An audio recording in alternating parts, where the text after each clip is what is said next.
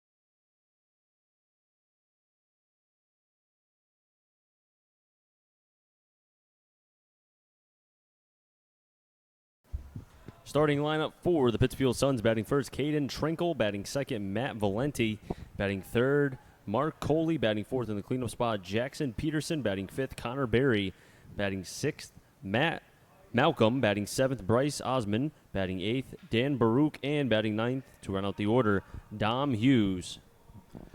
The defense for the Bristol Blues this evening in the outfield, Mounts White Miller, that's left to right. In the infield, Dwayne Diamond, Sorbelanger, Reynolds, third to first. Behind the plate is Jordan Lasky. And on the mound for the Blues is the 6'5" left-hander from Lehigh, Cam Vanherbeck.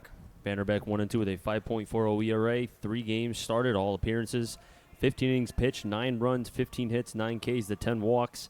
His last appearance went 5 innings, 4 runs, 6 hits, 3 walks, and 2 Ks. And Vanderbeck is from West Chester, Pennsylvania. A big lefty from Lehigh coming off a game where he took the loss, went 5 innings, giving up 4 runs on 6 hits, walking 3, and only striking out 2. The strikeout numbers have not been there thus far. His best strikeout game was when he struck out 5 over 4 innings in a loss at Brockton. His only appearance so far at Muzzy was back on June 22nd. Started against the Bravehearts. It was also his best start of the year. 6 innings, 1 run, just 3 hits. So he likes to pitch here at Muzzy Field. Now the scouting report on Vanderbeck, plain and simple, the walks are going to be key, and the command of the breaking ball. We saw him in a game against the Bravehearts where he pitched his you-know-what off, but he really only had 1 pitch, and that was the fastball. Did not really have anything else, but I think the breaking ball is going to be key against a team as the Pittsfield Suns, who are 4th in the FCBL in walks. So they will take they will take the count deep. And the first batter that'll be stepping up is Caden Trinkle, batting .226 with 2 home runs, 8 RBIs, and 12 strikeouts.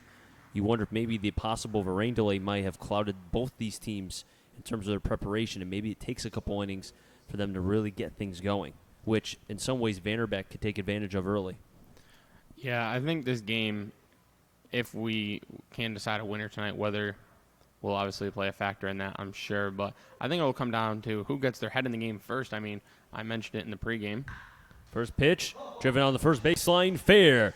And that's going to get, looks like to be the Pittsfield Suns bullpen going to second, and possibly he wants to go 3. Ball's going to be cut off by Diamond, and there won't be a throw. First pitch, and it will be a triple for Trinkle. What a start for the Pittsfield Suns. Well, as I was saying before, Trinkle rudely interrupted me by hitting a triple.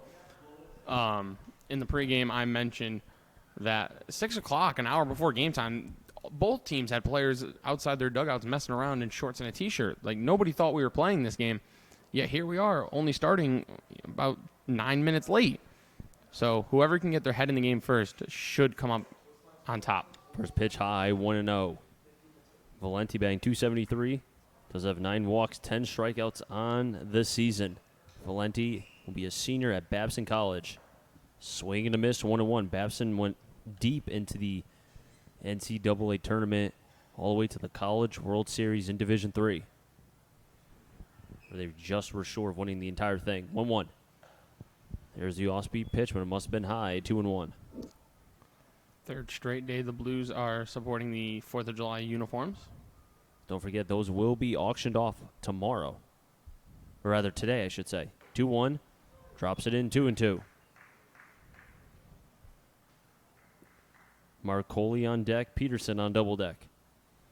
Vanderbeck throwing from the third base side of the rubber. Drops the arm down like Kimbrell. 2-2.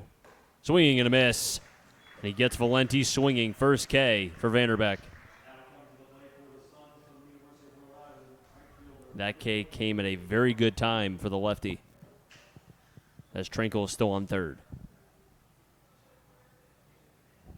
And Mark Coley, the dangerous Mark Coley, 287, 5 dingers, 17 home runs on the season. First pitch to Coley, all speed in for a strike, 0-1. That's how you have to start against a guy who has 5 home runs. Well, you want to know the stat that jumps off the page at me for Coley? 7 times he's been hit by a pitch. 0-1.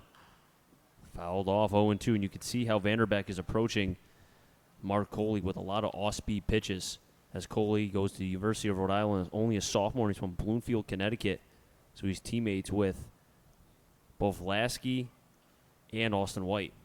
So I wonder if maybe that's why Lasky's behind the plate because of that. That could be one factor. 0-2 from Vanderbeck. Swing and a miss. There's the changeup. And the off-speed pitch is working for the lefty from Lehigh. Back-to-back strikeouts. And you saw, Matt, you saw not one, not two, but three off-speed pitches going away from Coley. Yeah, great job by Vanderbeck.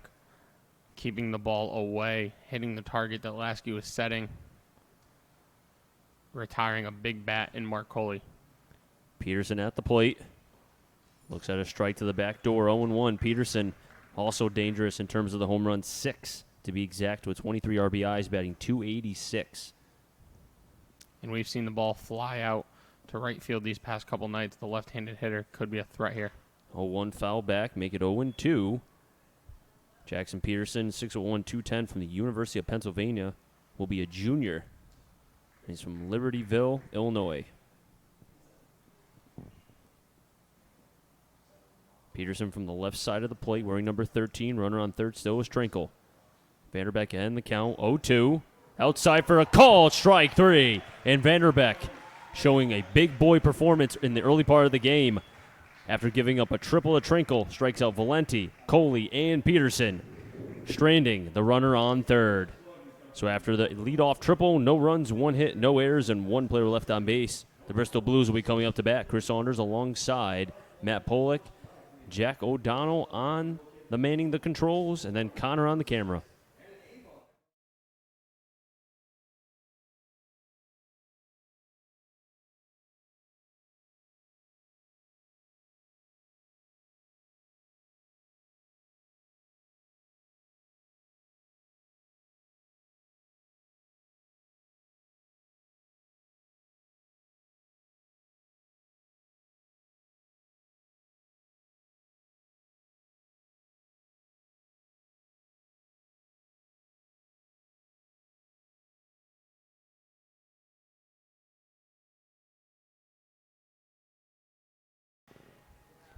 The defense for the Pittsfield Suns, Trinkle in left, Hughes in center, Coley in right. In the infield, Baruch at first, Barry at second, Osmond at short, Valenti at third, Peterson behind the plate, and Matt Clarkin on the mound for the Suns.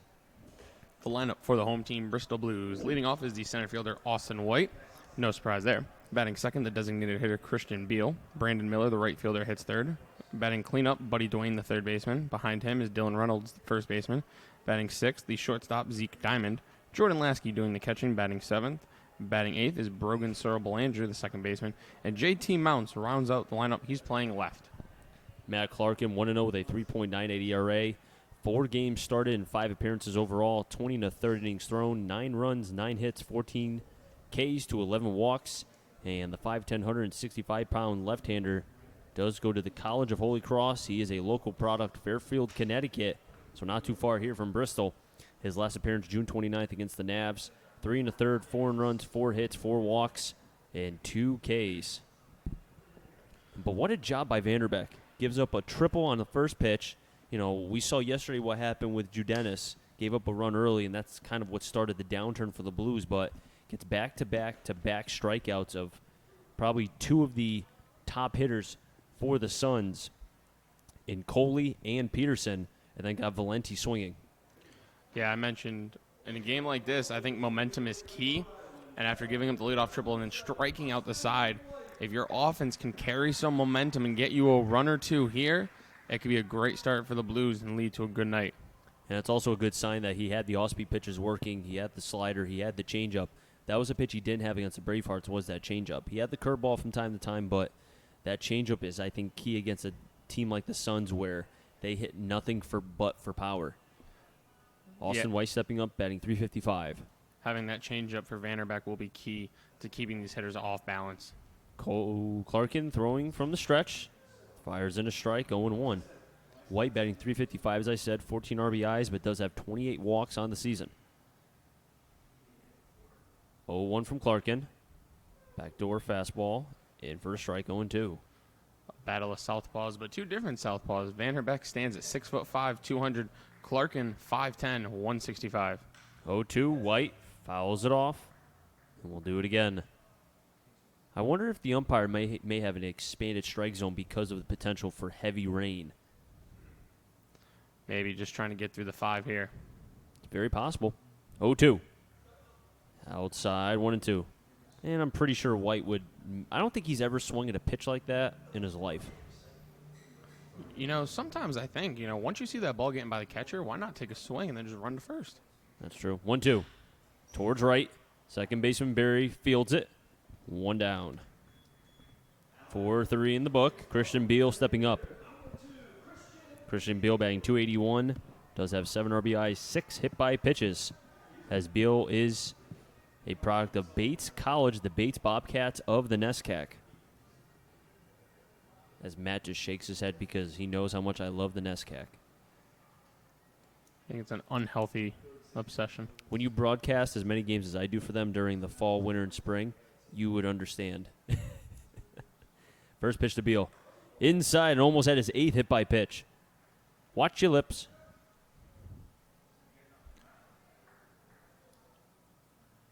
I can't tell if the sky wants to downpour on us or let us play. It wants to let us play. 1-0. Backdoor fastball, call the ball 2-0. Or at least that's what I keep telling myself. I don't know. I think the radar is telling you something else, Chris. I'm not watching the radar. I'm watching a game. I'm doing both. It's called multitasking. 2-0. 3-0.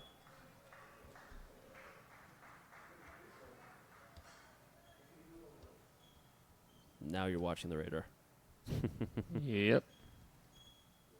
Beal heading the count 3-0. Now Clarkin fighting back 3-1. It looks like we're going to get about an hour or so of baseball, so. If they work quickly, 5 innings. I mean, we've seen it before. 3-1, ball 4. Beal reaches on a 1-out walk. And Brandon Miller stepping up, batting .380, 2 home runs, 22 RBIs. Beal also is a threat to steal, as Beal does have 5 stolen bases on the season and has been caught 3 times, so a pretty decent percentage. Could be a little bit better, but either way is a threat. And the lefty Clarkin, I'm sure, will keep a close eye. I'm sure Beal will want to see the move before taking off. Well, I think it helps that he already saw him from the stretch because he is throwing from the stretch of the entirety of the game. First pitch, a chopper through the 5-5 hole. The shortstop Osmond will get 1. They won't turn 2 as Beal will be out on the fielder's choice. Reaching will be Miller at first. And Buddy DeWayne stepping up to the plate, batting .293, 7 RBIs, 5 walks, 16 Ks. Has been a little bit prone to the strikeout during his time with the Blues. As we saw him pitch yesterday in the top of the 9th, and I did not know this, he had Tommy John surgery in high school. Yeah, he did pitch in high school, led to tearing the UCL, having Tommy John. First pitch to Buddy, in for a ball, 1-0. And I noticed this, I think it was yesterday I just first noticed it. He has the extension on his helmet to cover a little bit more of his face and jaw, as players in the bigs such as Giancarlo Stanton wear. 1-0 fouled. Wonder if he was hit in the face. Maybe that's why he has it. Hit in the face and Tommy John? Whew. That'd be a rough career. Still going strong, though. He's a big boy, too. Could play tight end for somebody. Could play tight end for Central. Yeah, he's a Central has a good football team. heck of a third baseman, though. 1-1, Buddy DeWayne up the middle and through. First hit for the Blues. Comes off the bat of Buddy DeWayne. Miller advances the second. And Dylan Reynolds at the plate, batting .253, 15 RBIs. And what I like about Dylan Reynolds, he was a little bit strikeout prone in the beginning of the season, but really has cut that down, making a lot more. I understand the double plays have been a problem, but he's making contact. And if anything, I'd rather see him make contact and get out than striking out, because that means he's not seeing the ball. Yeah, and the double plays have been apart because he's hitting the ball so hard, he's just not finding holes. First pitch to Reynolds outside, and that's the one spot Reynolds has had a hard time with, is that backdoor fastball. See if Clarkin will keep attacking him there. And Reynolds not in yesterday's lineup because he had to be in the bullpen. And he pitched. He did come in to pitch. 0-1 to Reynolds. Low 1-1. On deck is Diamond, double deck Jordan Lasky. Yesterday he threw an inning and gave up 4 runs, 3 earned. 1-1 to Reynolds. Drives that one into right. Coley dives and makes a nice play in right field. Saved probably at least a run, maybe 2. And that's what I'm talking about. Reynolds hitting the ball hard. but coming up empty right there. Tough luck for the Blues. No runs, 1 hit, no errors, and 2 players left on base. Head to the top of the second. Suns will have 5, 6, 7, Barry, Malcolm, and Osmond. We come back right here from historic Muzzy Field.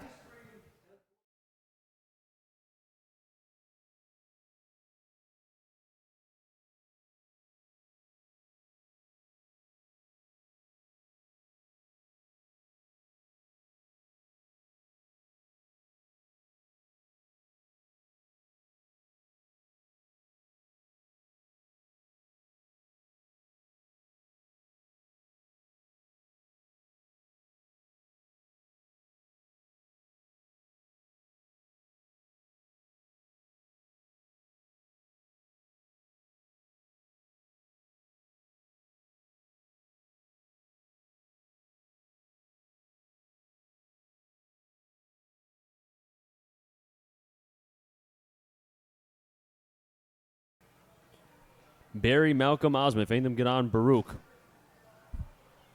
And Dylan Reynolds hit a hard liner to right, but just came up empty as Coley made a nice little dive in right field to save what was, if not 1, possibly 2 runs. Now Vanderbeck on the mound for his second inning of work. Had a, could have been a bad first inning, gave up a leadoff triple, but then struck out Valenti, Coley, and then got Peterson looking on strikes. So 3 straight strikeouts for the left-hander from Lehigh. Yeah, he did a great job buckling down in the first inning. And he made Peterson buckle, too. He did. Look at that. I set you up. You did. We're getting better at this. We're not doing bad.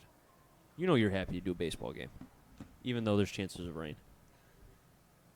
At least we're getting some baseball, and I'm glad I didn't drive up here for nothing. Exactly. See? Barry batting .381. Vanderbeck having the glove close to his face. Fires in a strike, 0-1. That kind of reminds me of my idol, Andy Pettit. Glove close to the face. Takes a breath. 0-1 fires. Osby pitch high, licks the fingers as it slipped off a little too early, 1-1.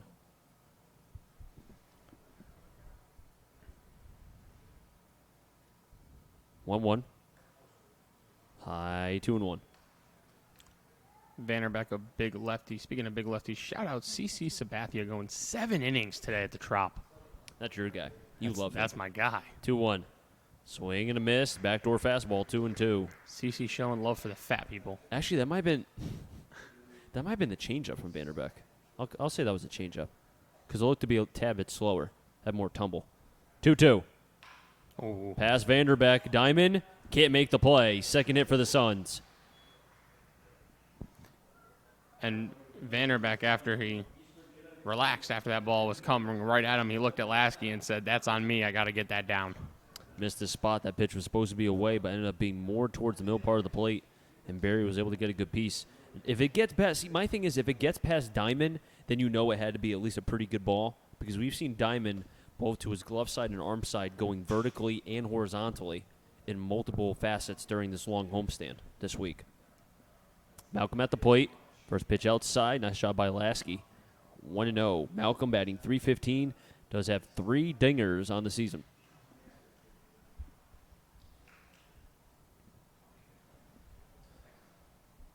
Vanderbeck coming to the set high. Takes a breath. Staring down the runner at first and Barry. 1-0. In for a strike. 1-1.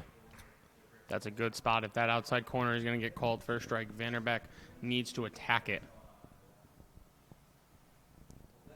Barry on at first. Suns have back-to-back hits thus far. Or back-to-back hits in the first and in the second here in both innings.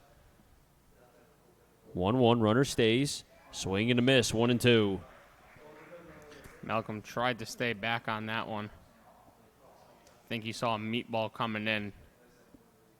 Maybe pulled off of it a little bit. Malcolm a little old school. No batting gloves. Vanderbeck looking for his 4th K here. The 1-2 delivery. Just gets a piece. Through inside. That pitch inside to Malcolm. I wonder if that's going to set up a pitch away on that outside corner that we've seen this umpire give a couple inches off the plate to the outside of righties. Osmond is on deck. Scoreboard goes off. Now it's back on. 1-2, swing and a miss. 4 Ks for Vanderbeck. And he jammed Malcolm on the foul ball the pitch before, and then he goes outside, gets Malcolm to chase. All 4 outs from Vanderbeck have been via the K. And Vanderbeck really pounding inside to keep Malcolm thinking inside, and then able to go away. Broken bat towards Diamond. Will go to first, and just gets the out. And it looked like for a second that Diamond couldn't get a grip of the ball as Reynolds had to leap a little bit at first base, but they get the second out. First out that's been recorded by Vanderbeck that wasn't a K. Yeah, that ball broke the bat, as you hear now, as Barak flips it, as he finds another piece of it, tossing it very ineffectively to the on-deck batter. That ball was hit very slowly off the broken bat. Diamond had to charge it. Looked to, had no play, made the smart decision, throw to first. But Barry is on second base with Baruch at the plate. Does have a home run, batting .250. Baruch from the right side. First pitch to Baruch. There's the pitch in first right, going 1. Going first pitch, off speed, keeping the hitters guessing. Not just going over with the fastball first pitch. Vanderbeck nods his head at the pitch.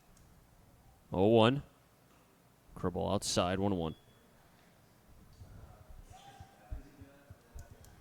Very animated on the mound is Vanderbeck. I think all lefties are built a tad bit different than righties.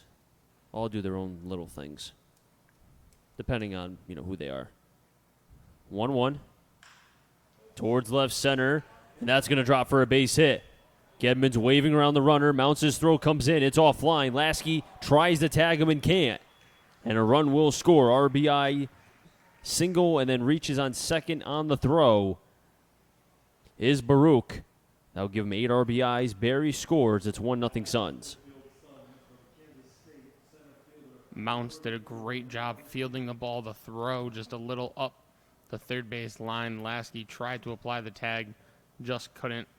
Just beating the throw was Barry. And just like that, the Suns have a 1-0 lead. At the plate now, Dom Hughes. Hughes, Kansas State University. He'll be going to in the fall. First pitch, foul back. 0-1 is the count. Hughes, 5'9", 185. And he's from Athens, Georgia.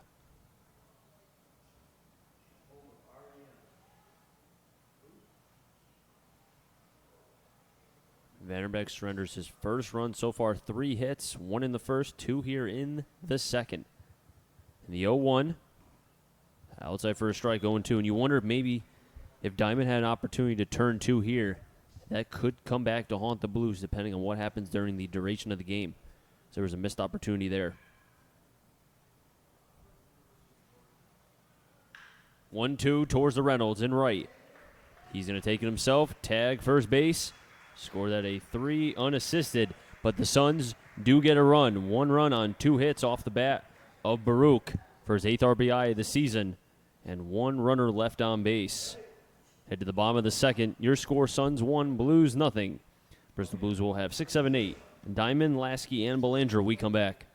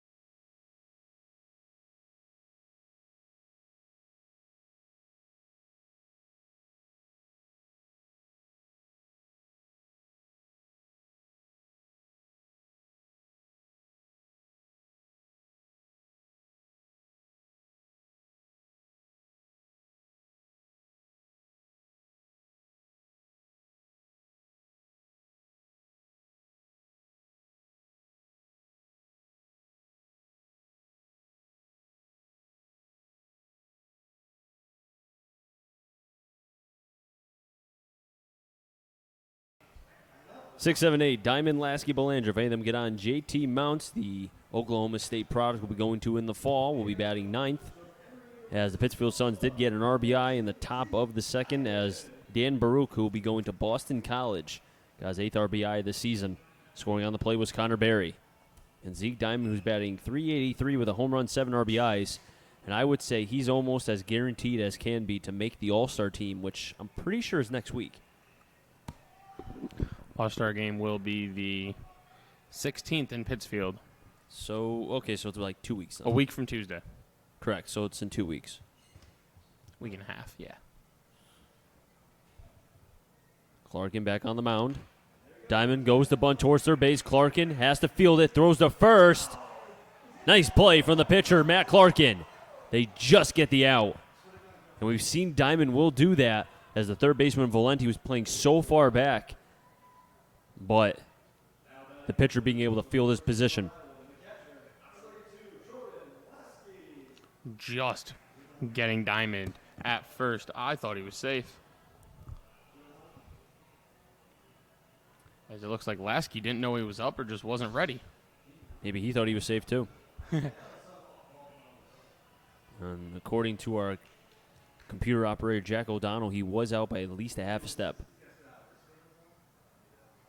Jordan Lasky batting .231. Swing and a miss. 0-1. Lasky got the game-tying RBI against the Navigators through the 5-5 hole that made a 4-4 game before Diamond came up and was able to rope a ball through the 3-4 hole to put the Blues up 5-4, and they eventually won. 1-1. Belanger on deck. JT Mounts on double deck.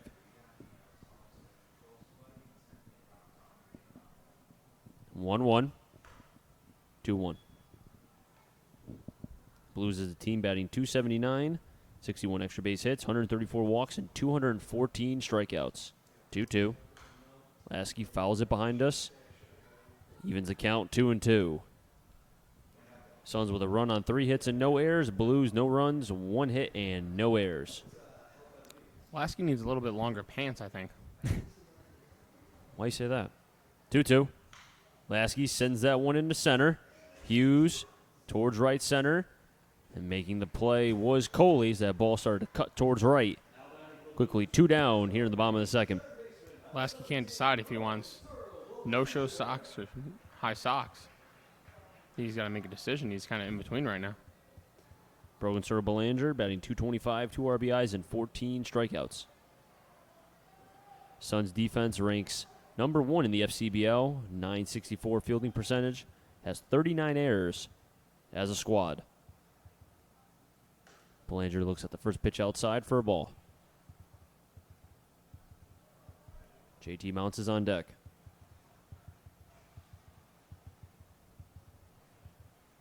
One-oh. Fouls it back, 1-1.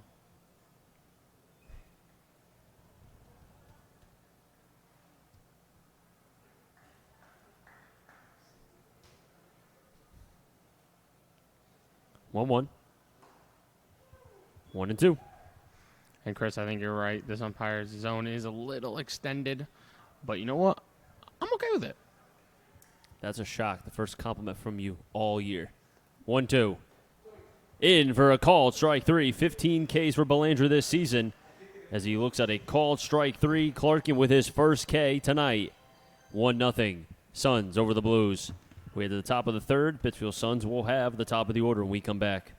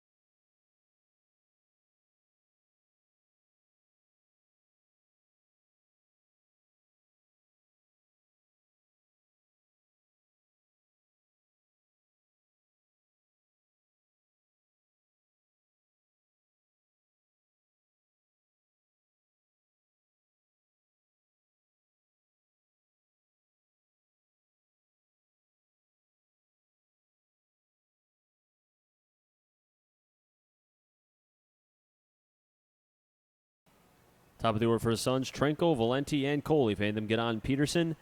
And the starting pitcher for the Suns, Matt Clarkin, had a 1-2-3 inning in the bottom of the second. That's one thing I forgot to mention.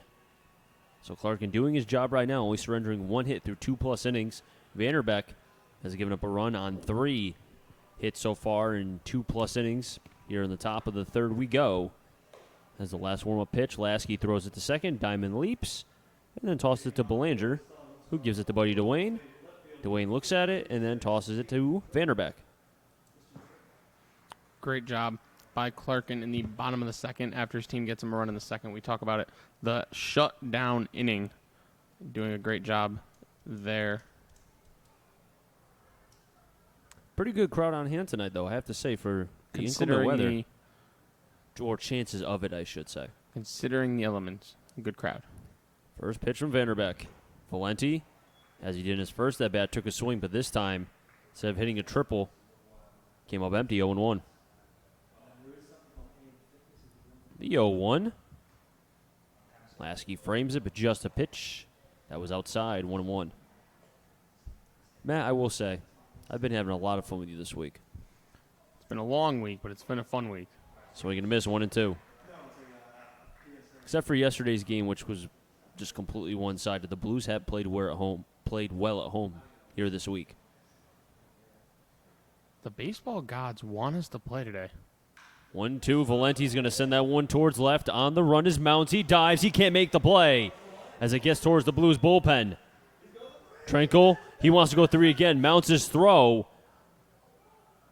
will just be a little bit off as Trenkel will be on third. What a throw by Mounts from the bullpen. Mounts is not a big kid, but showing a big arm there. His manager, Ronnie Palmer, is going to come out and talk to the field umpire about that call. Buddy Dwayne thought he had him. It looked like that Trenkel got his foot before the tag. It looked like he got in there just underneath it. And we have an opportunity to look at the replay because of our great camera guy / computer operator, Jack O'Donnell. He says he was safe by a step. Rays beat the Yankees. Wow. Well, there you go. Chad Green stick to opening. Trenkel, who, mind you, Oklahoma State he'll be going to in the fall. You had a also Oklahoma State player in JT Mounts as well. So both those players knowing each other potentially very well in just a few months. So once again, Vanderbeck has to work with Trenkel on at third. First pitch, breaking ball in for a ball, 1-0. Valenti struck out swinging for one of 4 Ks for Vanderbeck. And that's a tough break, too. JT Mounts, for as far as he was, threw a pretty good ball to Buddy Dwayne. 1-0 off the bat of Valenti. Mounts will make the catch. Tagging is Trenkel. Throw comes in and overshoots Lasky. Sack fly for Valenti. That gives him another RBI on the season. It's 2-0 Suns. And as soon as he saw that ball go over the catcher Lasky's head, Mounts kind of put his head back saying, "Are you kidding me?" He's had a chance to make some outs on the bases with his throws, and he's just missed it a few times now. Give Valenti now 2 RBIs on the season, as now he's had 35 at-bats. I'm almost surprised Trenkel tested him after seeing his arm from the bullpen to third. That ball wasn't hit all that deep. Well, I think, though, too, I mean, Trenkel's not a fast, not a slow guy by any means, but also, too, Mounts we've seen does have a strong arm, but the accuracy, as a young player, he'll grow and he'll learn, but right now, one was on the money, that one was not. 1-0. Fouls it back. Coley, who struck out, swinging for the second strikeout for Vanderbeck, is evening the count now with 1 out. 1-1 and 1. A lot of sticks up on the scoreboard. You're just stealing my material. 2-1. Peterson on deck. Barry on double deck. The Suns have had at least 1 hit in every inning thus far. 1 in the first, 2 in the second here, 1 in the third. The 2-1 to Coley. Swing and a miss on the changeup, 2-2. And Coley has chased a lot of pitches tonight. He's a dangerous hitter. We mentioned the 5 home runs. He does have 18 strikeouts. Make it 19. as he struck out in the first. That's correct. 2-2. Call, strike 3. You want to make it 20. A K for Vanderbeck. That gives him 5 tonight. And Vanderbeck owns Coley. Well, if it wasn't for Trinkle, he'd be having a pretty good night. Well, also don't forget, though, too, Barry got the single in the second. And then you had the RBI from Baruch. But I get what you're saying, though. Trinkle has been a thorn of Vanderbeck thus far with back-to-back. Well, I would say that second hit was a double, and then on the throw a triple because Mounts didn't make the play. Or would you give him a triple? I gave him the triple. Okay. First pitch of ball, 1-0. Because I don't think in any way can you give Mounts the error. Well, no, I didn't give him an error. Okay, we'll give him a triple.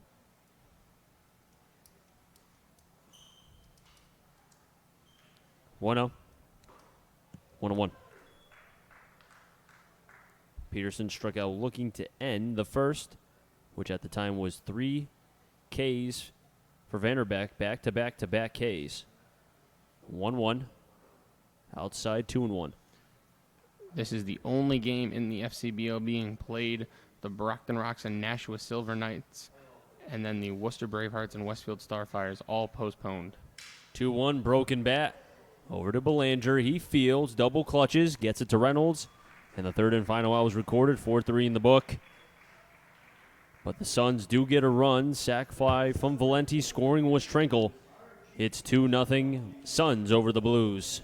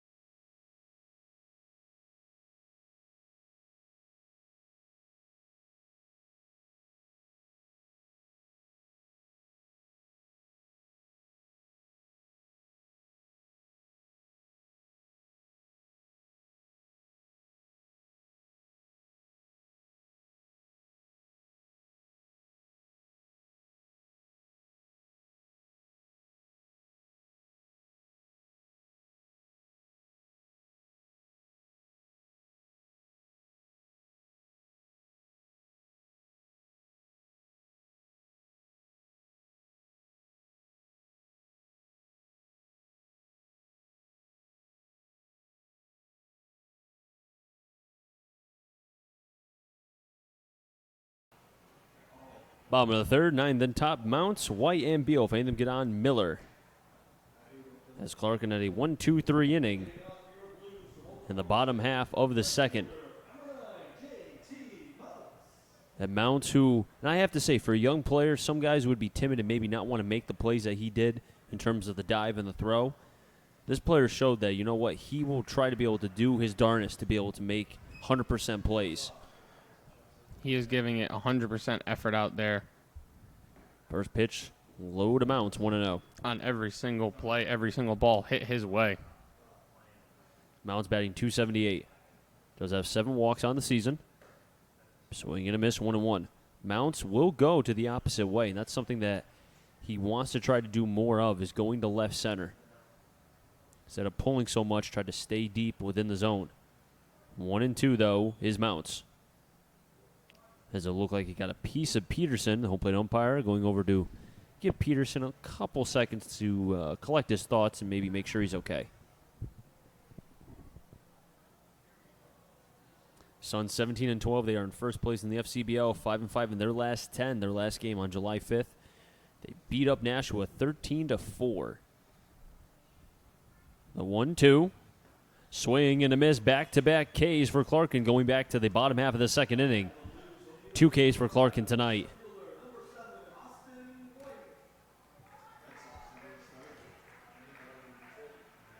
And Austin White at the plate now for his second at-bat.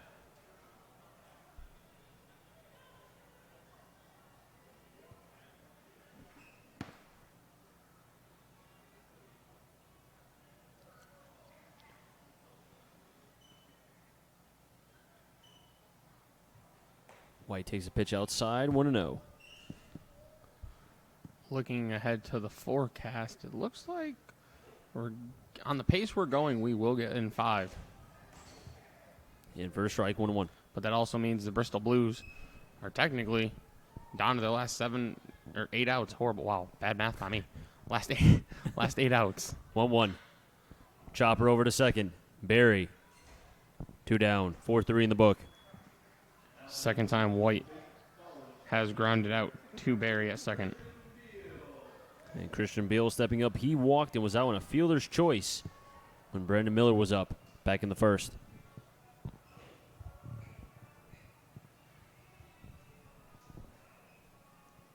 And just as Mounds will go to the opposite way, so will Beal. A lot of his hits this season have gone to right field, right center. First pitch. Inside, 1-0. Beal chokes up about half Pretty an well. inch. Yeah, Pretty well. pretty well for a 0-0 count. Low 2-0. Last time I've seen Beal a couple times before here. He always chokes up, and I think he knows he's not a power hitter. But choking up means you can get that barrel quickly through the zone, and we've seen him. He can spray through the entire outfield. 2-0, over to third. Valenti pauses across the diamonds, shows off a strong arm, and gets the hustle of Beal. Put that 6-3, or rather 5-3 in the book.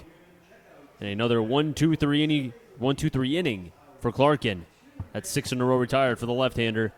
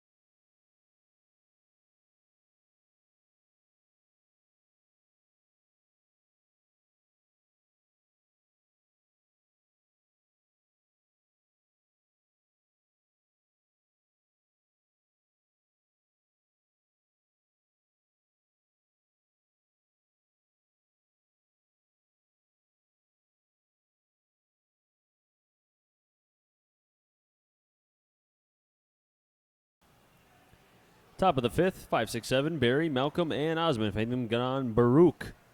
And the starting pitcher, Matt Clarkin from the College of Holy Cross, a Fairfield, Connecticut product, has been pitching well for the Suns. 6 straight retired, has 2 Ks. Thus far for the Suns, they lead 2-0 on 4 hits. The Blues only have 1 hit. Blues off to a slow start in this one through 3. As if we were to get an all 9, it almost has a making of, not to the extent of what last night was, but the Blues have played now 12 innings of very flat baseball. I had to make sure my math was correct. Leading off for the Suns will be the second baseman, Connor Berry. He singled and came around to score when he led off in the second inning.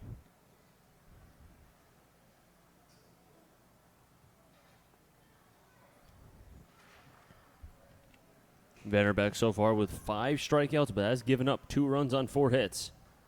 Pitch outside, 1-0 to Barry, who's getting his second at bat. He singled for 1 of the 4 hits and came around to score on an RBI from Baruch.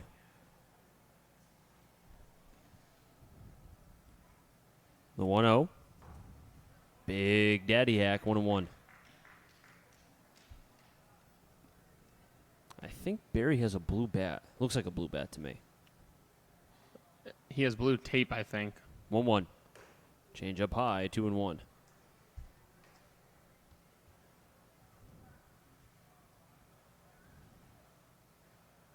Pasco Hernando State is where he goes. 2-1. Popped it up. This will stay in play. Dwayne going back near the line. And will make the play, 1 down. And Matt Malcolm getting a second at bat. He struck out in his first appearance against Vanderbeck for the first out in the second inning. Malcolm, known for his power, has 3 home runs and 11 RBIs. Malcolm also looking a little bit like an old school player with no batting gloves. First pitch foul back, 0-1. Almost looking like Evan Gaddis, the nickname of the janitor. No batting gloves, full-on beard.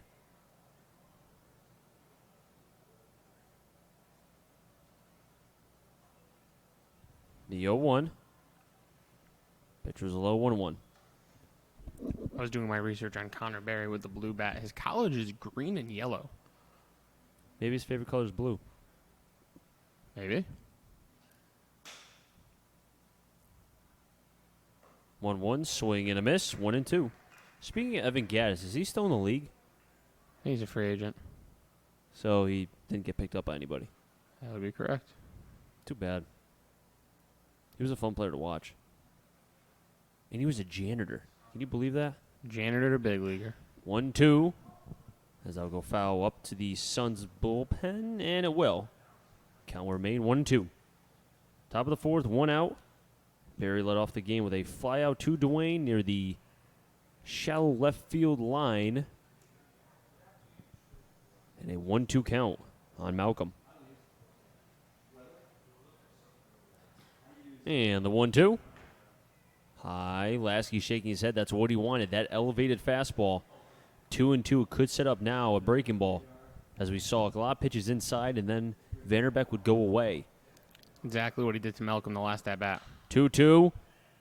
That's going to drop in front of Mounts. First hit for Malcolm. 5th for the Suns tonight. And now the Suns have a hit in every inning so far. 1 in the first, 2 in the second, 1 in the third, and now 1 here in the 4th. As the tall Bryce Osmond is at the plate. I think Vanderbeck wanted to go away with that pitch, just didn't get it far enough outside, left it over the plate a little bit too much, allowing Malcolm to get enough wood on it and send it into left for a hit.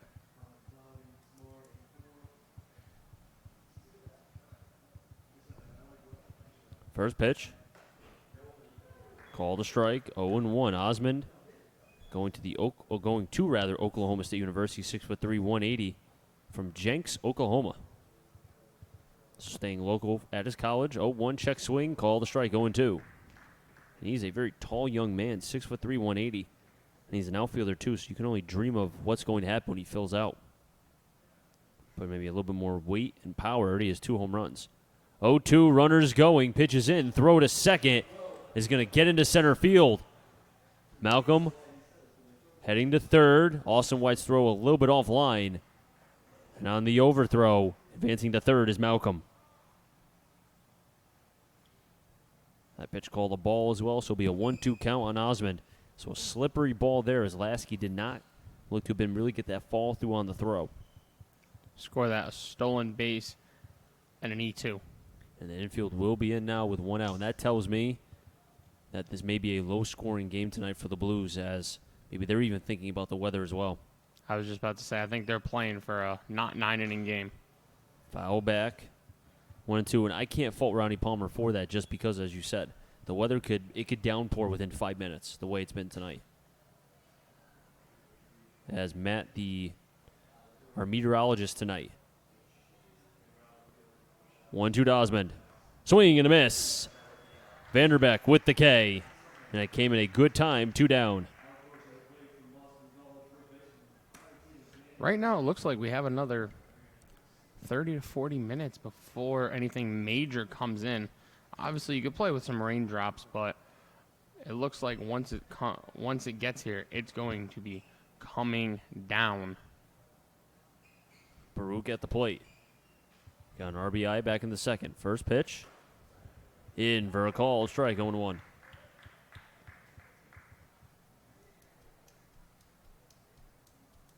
Six Ks for Vanderbeck. 3 swinging, 3 looking. The 0-1. 0-2. This is the best I've seen Vanderbeck, and I've seen a lot of his starts, even away. This is the best I have seen him tonight. He's locating. The changeup and the curveball have been there from time to time. He looks good tonight. 0-2. Towards left center. Mounts. Can't make the play as it drops in front. RBI single off the bat of Baruch. Give him 2 RBIs on the season. Rather, 2 RBIs tonight and 9 on the season. Scoring is Malcolm. So that overthrow from Lasky comes around to hurt the Blues. As it's 3-0 Suns. But that does go as an unearned run. So Vanderbeck has only given up 2. 3 overall, but 2 only earned. As the 9-hitter Dom Hughes batting from the left side, Kansas State University. Pitches high, 1-0. I didn't mean to jinx Vanderbeck, but was throwing well. Just left a pitch. Mind you, he was ahead in the count 0-2. He needs the put-away pitch. Agreed. Or better yet, as he steps off, even in an 0-2 count, he doesn't need to throw a strike there, but throw a quality pitch. Maybe could have elevated, could have thrown something in the dirt. We've seen Lasky, very good defensive catcher. 1-0. High pop-up into right. Miller takes a couple steps in and will make the catch for the third and final out. But the Suns get another run on 2 hits, 1 error from Lasky, and 1 player left on base. It's 3-0 Suns over the Blues, and Bristol will have 3, 4, 5. Miller, Dwayne, and Reynolds when we come back.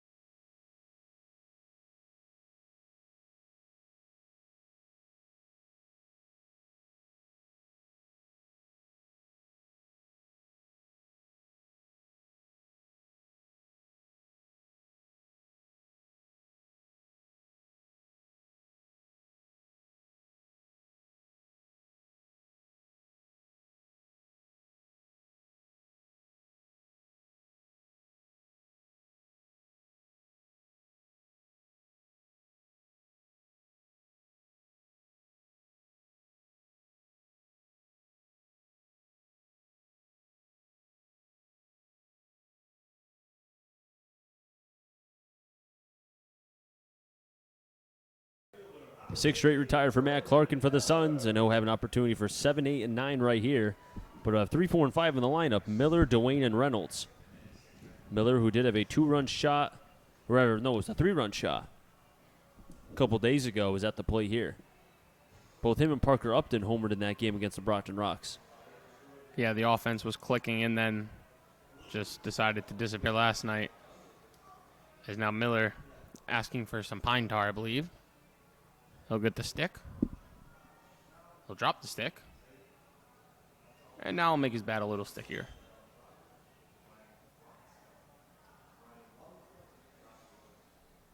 He decides it's good. Walks around to the left-handed batter's box. Adjusts the gloves. Looks at his bat some more. And now he's ready to hit. I have a question for you, which I'll ask after this pitch. Miller, reach on a fielder's choice. Takes a pitch outside, 1-0. Do you ever at home just like, you know, if Haley is at home or your mom, you like try to do play-by-play of their day? I do have the dog. See, I do with Melissa. She gets so mad at me. 1-0. Low, 2-0. Or exactly, I do that with Jax too. Melissa gets so mad at me. I do it with my dog. Like, because he runs around so fast, so like when I throw a toy, I'll pretend he's a running back running somewhere. And I'll just be like, at the 40, the 30, the 20. Oh, he fumbled. Low, 3-0. Miller ahead in the count. I also do it, too, if I'm at the dog park and Jax is with a bunch of dogs. As I said, though, Melissa, not very... She likes it, but then after a while, she's like, you're annoying now. Just stop. 3-0 to Miller. Call the strike, 3-1. Clarkin has to fight back here. Now, a lot of the time, I do play-by-play on myself, but I do it, like, in a singing variety. I'll just start singing what I'm doing. So you sing in the shower? I sing everywhere. So you sing in the shower? Including the shower, yeah, but everywhere. 3-1. Low for a ball and gets away from Peterson, but Miller will trot down to first. And that'll break up the 6 in a row retired for Clarkin. And Buddy Dwayne, who does have potential for power, is at the plate now from Central. As Ronnie Palmer, the manager for the Blues, going over the signs there at third base. Jordy Shiner at first. The assistant coach, Nick Riscotti, as well. Normally it's Riscotti at first, isn't it? They change it up every now and again. Okay. Buddy Dwayne calls time. Must have looked to be a bug maybe in his face. Maybe after last night's loss, they decided it was time to change things a little bit. You know, after last night, I think a lot of things need to get changed. Socks, helmet, everything. Get all the bad juju out. Dwayne fouls it off. 0-1. Chris, were you superstitious as a player? Oh, 100%. I actually was teammates with somebody through high school and college that he was a starting pitcher. After after the last out, I'll finish my story after this. The 0-1, runners going. And because the shortstop was covering second base on the throw, it opened up the 5.5 hole, and getting the third is Miller. Oh, what a play, as Miller had that base stolen, but you know what? He'll take away that stolen base and allow the Blues with runners on first and third. Buddy Dwayne's a right-handed hitter. Normally on a steal, wouldn't Barry, the second baseman, be covering? Why did Osmond cover to open that 5-5 pull hole? That's the same thing I was wondering, too. It should have been the second baseman, Barry. I don't know why Osmond was covering on that. That's interesting. Hurts the Suns. Now the Blues have runners on the corner and nobody out. Down by 3 are the Suns with Reynolds at the plate. First pitch in for a ball, 1-0. So just to finish my story. So my friend, every time he got an out or after the last out, he would go to every position. First he would do the catcher, then the first baseman, then the second baseman, and just in order. He did that every single time. Never messed up. 1-0. I 2-0. He's also a Mets fan, too, so that probably explains it.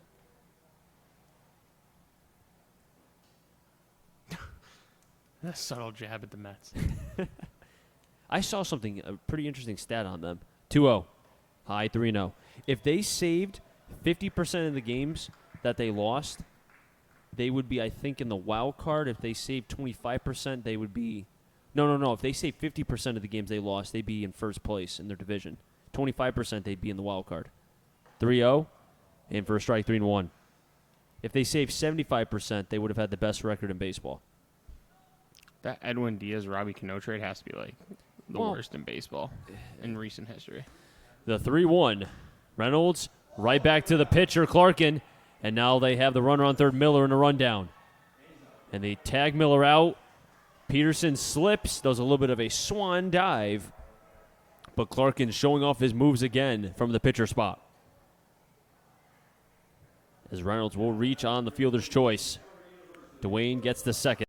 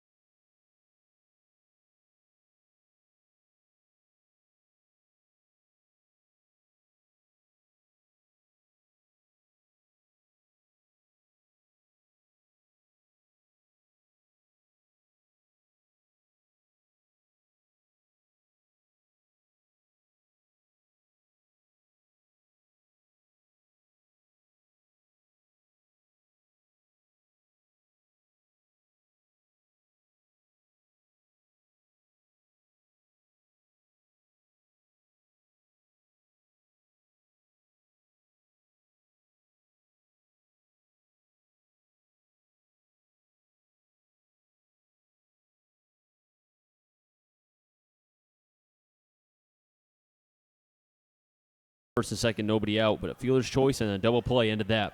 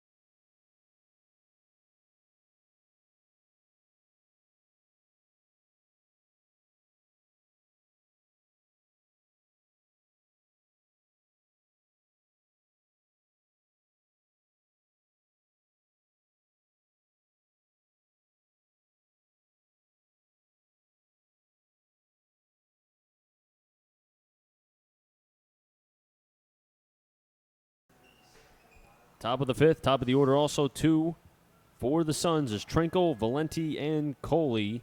Fade them get on Peterson. As the Blues had opportunities with runners on first and second after a misplay from the shortstop Osmond, who went to cover the bag as Miller was going to steal the base. But then you had a fielder's choice as Reynolds again hit the ball hard.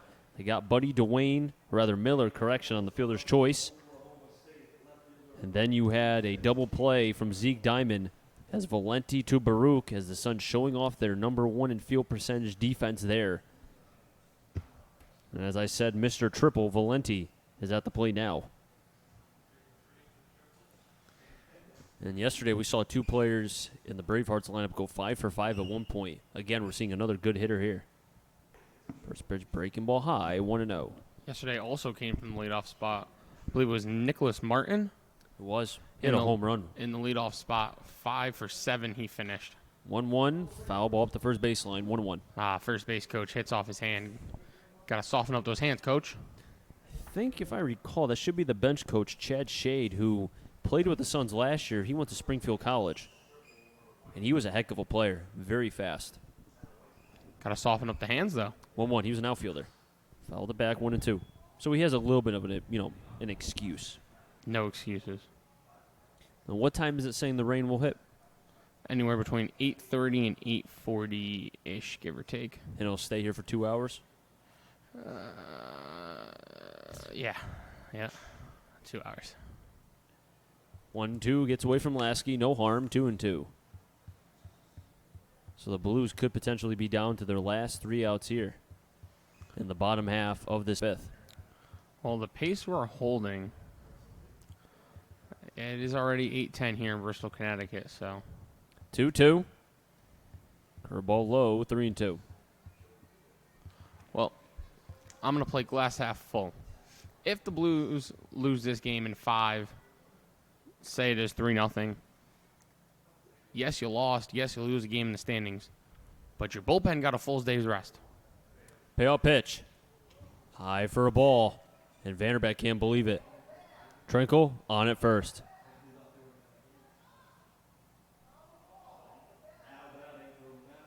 But it looks like Lasky's saying to the home plate umpire that it hit the bat of Trinkle. I heard something. I honestly thought it was the helmet. I thought it was the mitt. It was something. It hit something. I just don't know what. I thought it was the helmet. Somebody behind home plate is saying, one of the fans for the Blues is saying it hit the bat. And if it hit the bat, it's a foul ball. Looks like umpire sticking to his call, ball 4. Valenti at the plate, swings at the first pitch, and hits it foul.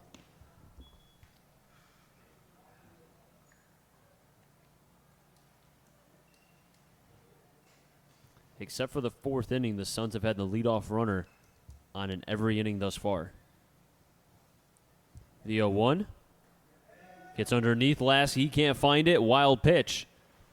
As Trinkle will get to second, takes a wide turn, straws the bluff. He'll be on second. Are we thinking wild pitch or pass ball? If it hits, I was told at a young age that if it hits the dirt first, then it's automatically a wild pitch. That one hit the dirt first, wild pitch. We should ask our computer operator, Jack O'Donnell, who was a catcher himself. As a catcher, he's definitely saying wild pitch. He doesn't He's saying wild pitch. 1-1. Swing and a miss, 1-2. Vanderbeck reared back and got a little extra mustard on that one.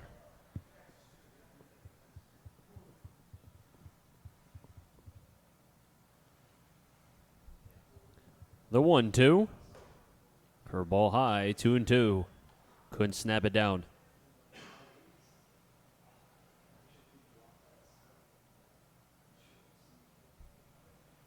The Suns are second in the FCBO in runs right now. They have a 3-0 lead over the Blues.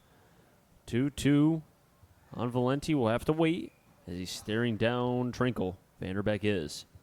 Vanderbeck, a 6'5", left-hander, 200 pounds from Lehigh. And he lives in West Chester, Pennsylvania. 2-2 to Valenti. Gets a piece to stay alive. As I said, Valenti goes to Babson College, played in the D3 College World Series, a former Blue last year. Michael Gennaro was one of the top players during that stretch, and a player that had a great career in college, now enjoying his retirement. Going all around Connecticut, or not Connecticut, but going all around the state. Hope he's doing well. 2-2. Foul back, we'll do it again.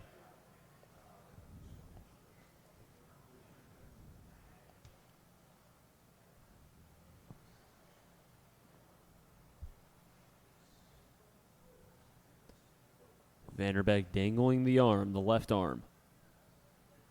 Comes to the set. Staring down Trinkle. The 2-2. And the battle continues. And the longer the at-bat goes, the more in favor of the batter it leans. And the longer this inning goes, the closer you are to rain. So if you're the Blues, you want to get out of this inning as quick as possible and get to hitting and hope you can string together some runs. 2-2. Curveball high, 3-2. Now Trinkle did walk, and Vanderbeck is potentially going to have his second walk here in the fifth.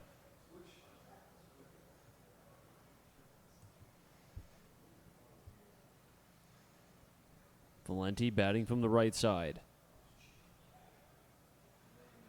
The 3-2. Swing and a miss. Big K for Vanderbeck. Swung so hard his elbow guard fell off. First K here in the fifth. And that'll bring up Mark Coley, the URI product. And, Chris, you mentioned it in the first.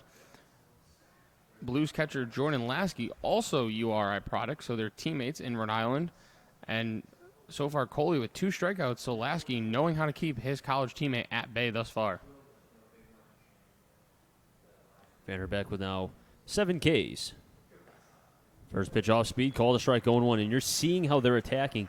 Coley hasn't made the adjustment, so until he does, keep going, off speed, backdoor him all day. He doesn't need to see a fastball, ever. Even in a 3-0 count, you have a base empty because, as we've said, he has 5 home runs on the season. He's batting .287, 9 extra base hits. He doesn't need to see a fastball, even if the count is in his favor. Vanderbeck steps off. Trinkle on at first. Rather on second, I should say. Valenti struck out on a 3-2 pitch high. Coley behind the count, 0-1. Another off speed. Same result as the last 2 at-bats. Swings and misses all day. 0-2. It looks like Coley's pressing. He's frustrated with himself in his first 2 at-bats, and now he's up there trying to do too much in his head, as you said. That rhymed. Well, Dr. Seuss in me today. There you go. 0-2 to Coley. Ooh, good pitch. That's the same pitch that Vanderbeck's been getting a couple of his Ks tonight, but that's a good spot to miss. He did throw him a fastball there, but it was far enough. And Coley even asking, how close is that to being a strike? My partner even thought that was a K. That was very close to being a strike. 1-2. Curveball, popped it up. It'll go behind Muzzy Field. Still be 1-2. On deck is Peterson, double deck Connor Berry. 2 of the 3 RBIs coming off the bat of Baruch. And then a sac fly from Valenti, who struck out here in the fifth with the first out. 1-2 to Coley. Inside for a ball, 2-2. And the rain getting closer and closer to us here at Muzzy. You can almost feel it like Santa Claus coming on, December, on a Christmas Eve. On December. That's a new one. Well, in December. In December, Christmas Eve, whatever you want to call it.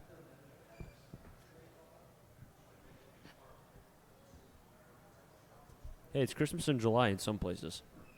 2-2. Swing and a miss. 3 Ks for Coley and another one for Vanderbeck. Make it 8 tonight. Coley slammed his bat on the ground in frustration. He's had the hat trick tonight, flips his bat there. And I would not want to be that helmet, as I just heard it hit some concrete. And I just heard it again and again. And I think he's going to get a talking to from Matt Gedman. because now even his teammates are looking right at him. That's how you can get Coley out, breaking stuff away. First pitch high, a little bit of a chin music to Peterson, 1-0. And see, I think this is a Suns team to me that looks like they can hit fastball pitching, they can hit mistakes, but if you locate your off-speed stuff, for any offense, that can be trouble, but particularly for a team that relies on power, well, here you go. 1-0. Backdoor fastball, a little bit outside, 2-0. You know who I think would fare well against this Suns team? That's a starting pitcher or a reliever? Starting pitcher. Let me think. Judenis. Well, probably not because of his last outing. Did that change your thinking or no? Well, I wasn't thinking necessarily on the Blues. Steps off. Cam Sagan. Oh, you're right. The North Shore Navigators. You're right. We saw the other night all 4 of his pitches, his changeup, slider, curve, and fastball, locating them for strikes. Great command. 2-0. Towards Reynolds. Fields his position like a cat. Has to hustle down the first and will tag for the 3 unassisted. Vanderbeck with 2 Ks here in the 5th. Escapes what was a runner on second jam. Still 3-0 Blues. Or 3-0 Suns. And the Blues will have 7-8-9. Lasky, Belanger, and Mounts when we come back.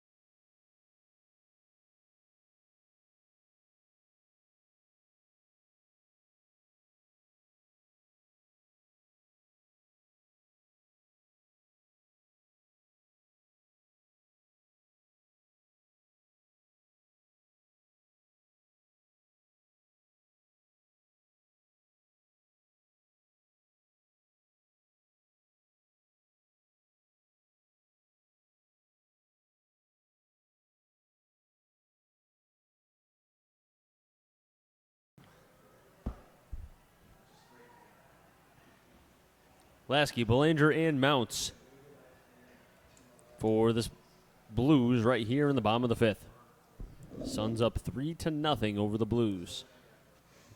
Lasky sends that one to the left. But there's Trenkle for the catch. And according to my radar, we are minutes away from the skies opening up. And Cyril Belanger at the plate now, as it looks like there is action in the Blues right now bullpen. Nobody throwing with a catcher, but just light tossing. 2 lefties as well.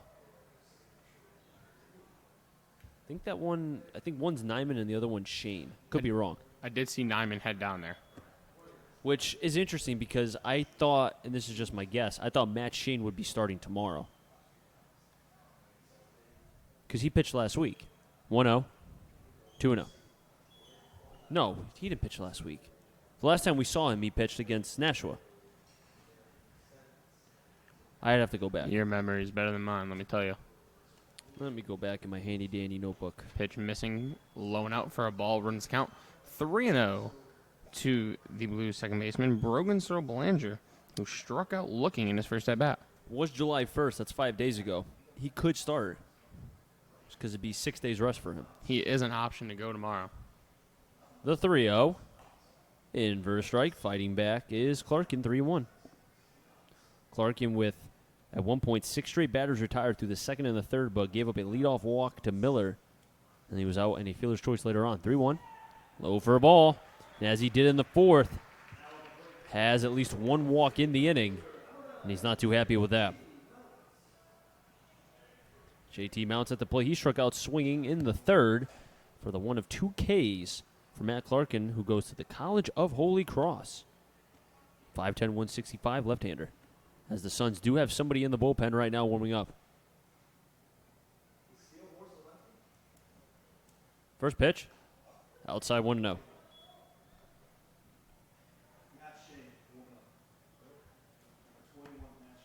It looks like Matt Shane is warming up for the Blues in their bullpen. 1-0 to Mounts. Goes the bunt, but foul. I like that idea of bunting by Mounts. The only thing is he pulled the bunt a little too late. You got to, when you're bunting, you got to see, you have to catch the ball with the bat, they say. And he didn't get his bat around quick enough to be able to do that and see it into the bat. You know who had a good bunt a couple days ago? James Paxton against the Mets. He did, you're right. Got an RBI. 1-1, swing and a miss from Mounts, 1-2. In danger of striking out here. Suns with 3 runs on 6 hits and no errors. Blues, no runs on 2 hits and 1 error. That error coming from the catcher, Jordan Lasky. Clarkin at the set. 1-2 fires. Gets away from Peterson, the wild pitch. Advancing to second because of that is Belanger. Evens the count 2 Mounts at 2-2. Chris Honors alongside Matt Polick here today on what could be a potential rainy afternoon, rainy night. It could be a long day for the Blues and the Suns. Jack O'Donnell manning the computer, Connor doing the field camera.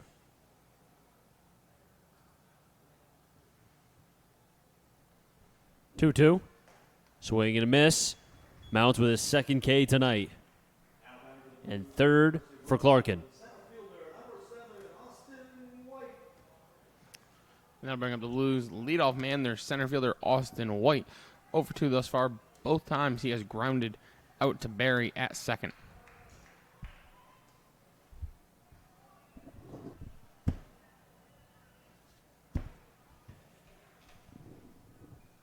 How about Kawhi Leonard going to the Clippers? I called it. We haven't mentioned that the entire broadcast. He would do it in the middle of the night. You were right. First pitch to White outside, 1-0. And now Marcellus Wiley, a former Bills defensive end, he loves the Clippers. He calls them Clip City, Chip City. I don't know why. They haven't won in forever. 1-0. Off the end of the bat towards left. Trenkle. He can't find it. Has to charge in the last second. It's off his glove. Blues will get 1 run. Belanger will score. White will get to second. As Trenkle didn't look like he saw the ball off the bat. He was kind of stagnant for a second. Then came in and made what looked to have been a sliding play and was off his glove, and the Blues are on the board. 3-1.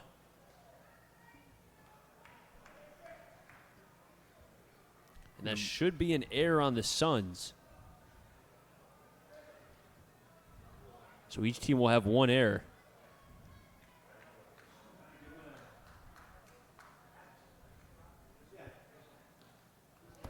First pitch low, 1-0.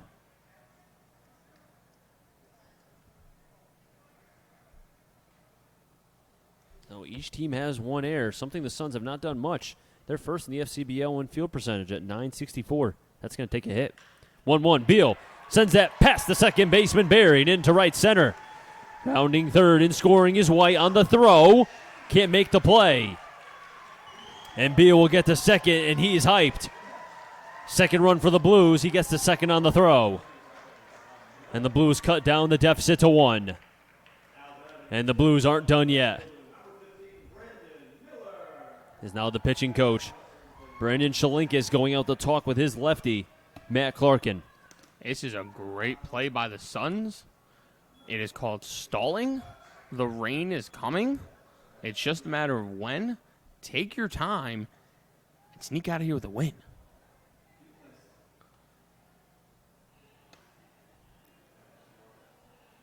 So far, 2 runs on 1 hit and 1 error. The left-hander, rather lefty, Trenkle. And because of that error, that gives the Blues the run.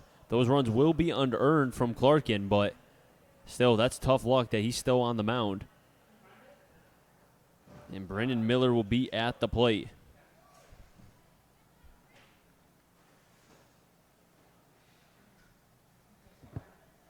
Miller reached on the fielder's choice and walked in his 2 at-bats. Miller with a chance to tie this game. Clarkin wants to reset here. The rain is coming. Can the Blues get the tying run before the rain comes about here at historic Muzzy Field? First pitch to Miller, towards right. Barry, Fields, and we'll get the out at first. 4-3 in the book. Another put out for the second baseman, but the Blues get 2 runs on 1 hit, 1 big error, and 1 player left on base. It's 3-2, Suns over the Blues as an official game here from historic Muzzy Field. The Suns will have in the order 5, 6, 7. We come back. Barry, Malcolm, and Osmond.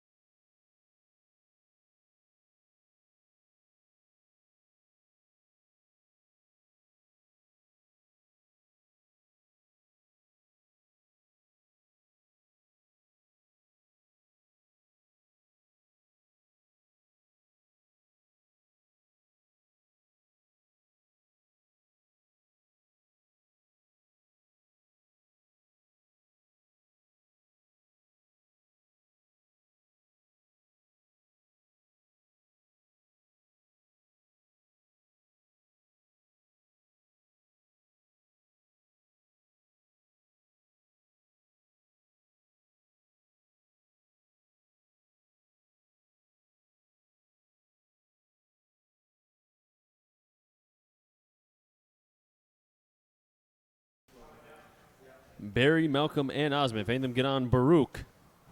The Blues did get a couple runs on 1 hit, 1 error, and they did leave a base runner on. But this is an official game as the rain is coming. The question is when. But right now, the Blues are buying at least a couple minutes here. If they can get 3 quick outs, they have a chance to at least tie this game, and we'll find out from there. But first, they have to get the mid part of the order, I'd say, of the Suns because they're at the 5 spot. So Barry's the first one. He's 1 for 2, singled and came around to score, and then flew out to Buddy Dwayne in the 4th.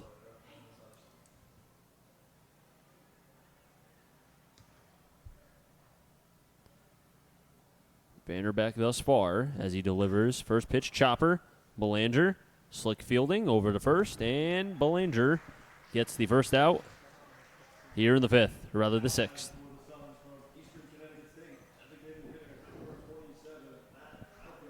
And 8 Ks for the lefty, Vanderbeck.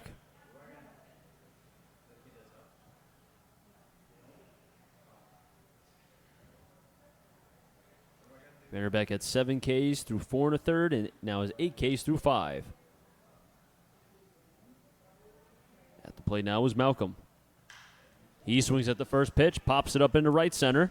Miller going back near the warning track, still drifting back, and will make the catch. 2 quick outs for the lefty, Vanderbeck. And Vanderbeck's pitch count is a lot worse than I would have guessed. He's already at 90 pitches. Remember, he had the first couple innings where there was a lot of traffic on. Not so much in the first, but the 2nd and the 3rd and the 4th, he's really had to work. The 5th, not so much.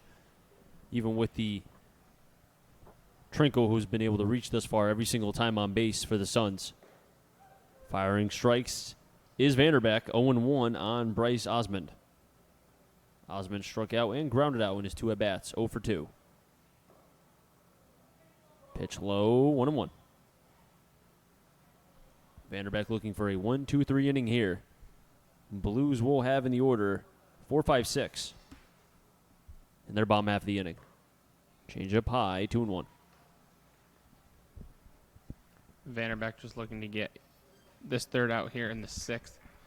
And 6 innings, 3 runs is not terrible considering how much traffic there has been on the bases. The 2-1. Swing and a miss. Foul tipped into the mitt of Lasky. 2-2. 2 balls, 2 strikes, and 2 outs. And after allowing a hit in each of the first 4 innings, he's a strike away from allowing no hits over the past 2. The 2-2. Swing and a miss. Vanderbeck, 9 Ks. And he hasn't allowed a hit in the last 2 innings going back to the 5th. Vanderbeck with an impressive performance here at historic Muzzy Field. Really going up against a powerful offense and has kept the Blues in this game as we're heading to the bottom of the 6th. As I said, they will have in the order 4, 5, 6, Dwayne, Reynolds, and Diamond when we come back.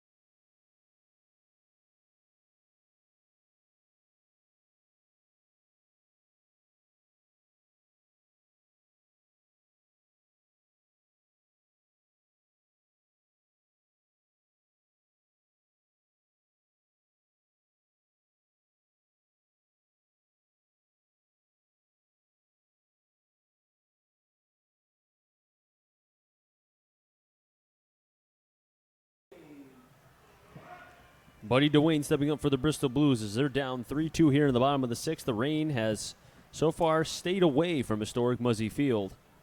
Blues down by 1, 3-6-1 for the Suns, 2-3-1 for the Blues. Don't forget, tomorrow we'll be here, 6 p.m. from Muzzy Field as the Blues will take on the North Shore Navigators.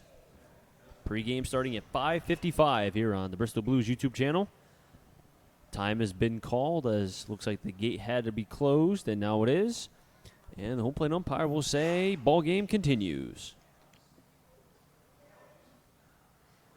And tomorrow a 6 o'clock start. Normally we start at 7. Tomorrow on the Sunday, starting an hour early. First pitch inside to Dwayne, 1-0. I don't know about you, Chris, but I'm pretty excited for the 6 o'clock start. Should be fun. It's going to be a long day tomorrow for me. 1-0. Outside 2-0. I'm excited to watch the USA in the Women's World Cup final. I've been hearing that the USA should win. I don't know how accurate that is, but 2-0. Dwayne, high pop-up, but it's going to go foul. Long strike for Dwayne. 2-1. They should win. I believe they are favored, but there's a reason you have to play the games. Is, what's her name, Rapone? Rapinoe. Rapinoe, thank you. Is she going to play? I know she didn't play in the, well, she was injured. 2-1. Over to short. Osman, from the position, makes the throw. 1 down. I do not know her health status going into tomorrow. Come on, you're supposed to know this stuff. I have a computer for a reason. That's true. Dylan Reynolds at the plate. Reached on a fielder's choice in the 4th and lined out to right. After a nice play from Coley that saved a couple runs for the Blues.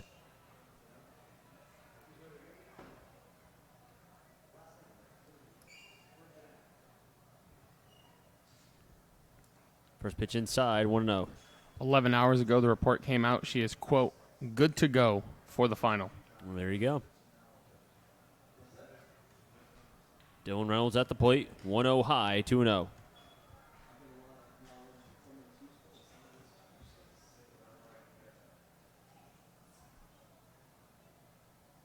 Left-hander Clarkin.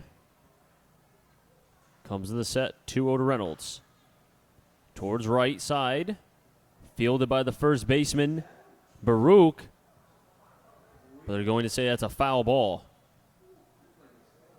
And it looked to have been fair as it was going up the first baseline. Now the home plate umpire wants to ask the field umpire exactly what happened. Even Dylan Reynolds is saying the same thing. That was clearly foul.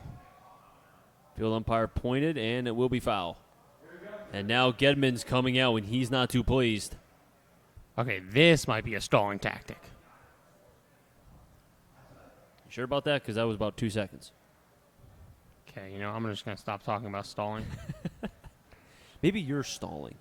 Maybe I am, Chris. Reynolds, 2-1 is the count, 1 out.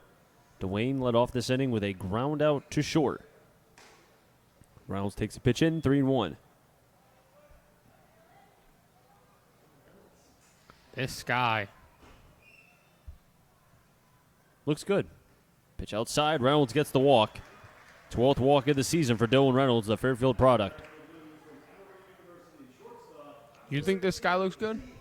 To me. But it looks like right now, Peterson going out from the catching position. Gedman has made the move. Call to the bullpen. The Pittsfield Suns are making a pitching change. We'll be back.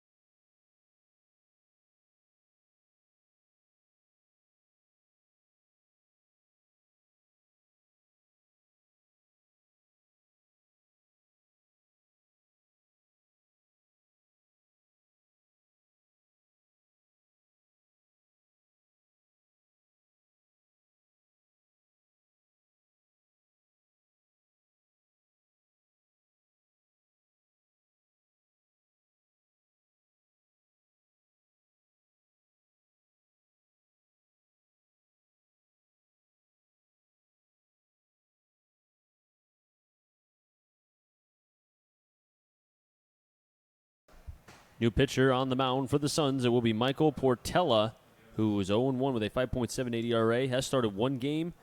6 games appeared overall, though. 14 innings, 16 strikeouts, 3 walks, and 16 hits. His last appearance was against the Navigators, in which he went 2 innings, 1 walk, and 3 Ks, 6 batters faced. And he will be facing the hot-hitting Zeke Diamond, who right now tried to bunt, but a nice play from Clarkin, who started out this game for the Suns, made a nice fielding position, and then grounded out in the 4th. Blues have so far hit in a double play. That was their 31st of the season. Trying to avoid one right here with Reynolds on at first, who was able to get on and a walk from Clarkin. First pitch through the 5-5 hole. Shortstop Osmond throws it to second for 1. That's all they'll get on the fielder's choice. Diamond will reach on first because of the fielder's choice. Reynolds will be out. Jordan Lasky made a nice piece in his last at-bat in the 5th, but nothing to show for it. If he can keep that same approach again, maybe he has an opportunity here to be able to either hit a home run and come away with the lead for the Blues or get the tying run with Reynolds, who is fleet of foot. First pitch called, strike 0-1.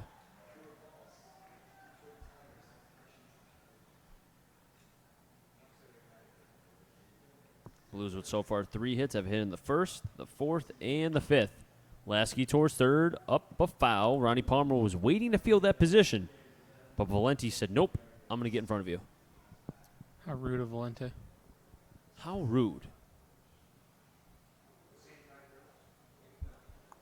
And the count 0-2, Michael Portela. 0-2 on Lasky, runners going. Lasky checks his swing as it hit off the bat and went foul.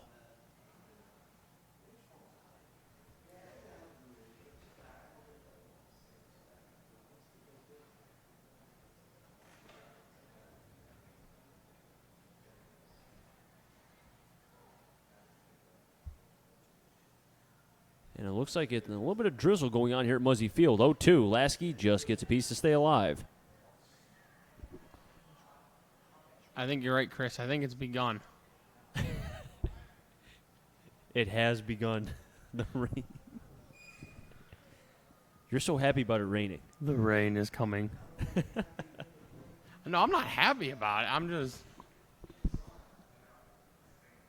I've just been saying it's going to be here forever now, and it hasn't come. I just look like an idiot. I don't know who's more happy, the Suns or you.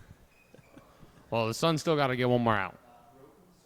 0-2 count. Runners going, pitches high, throw to second.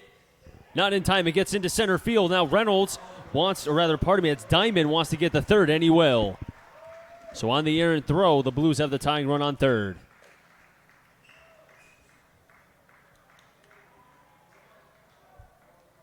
And that is huge. Now the Blues, a pass ball or wild pitch away from tying this game just as the rain begins to fall.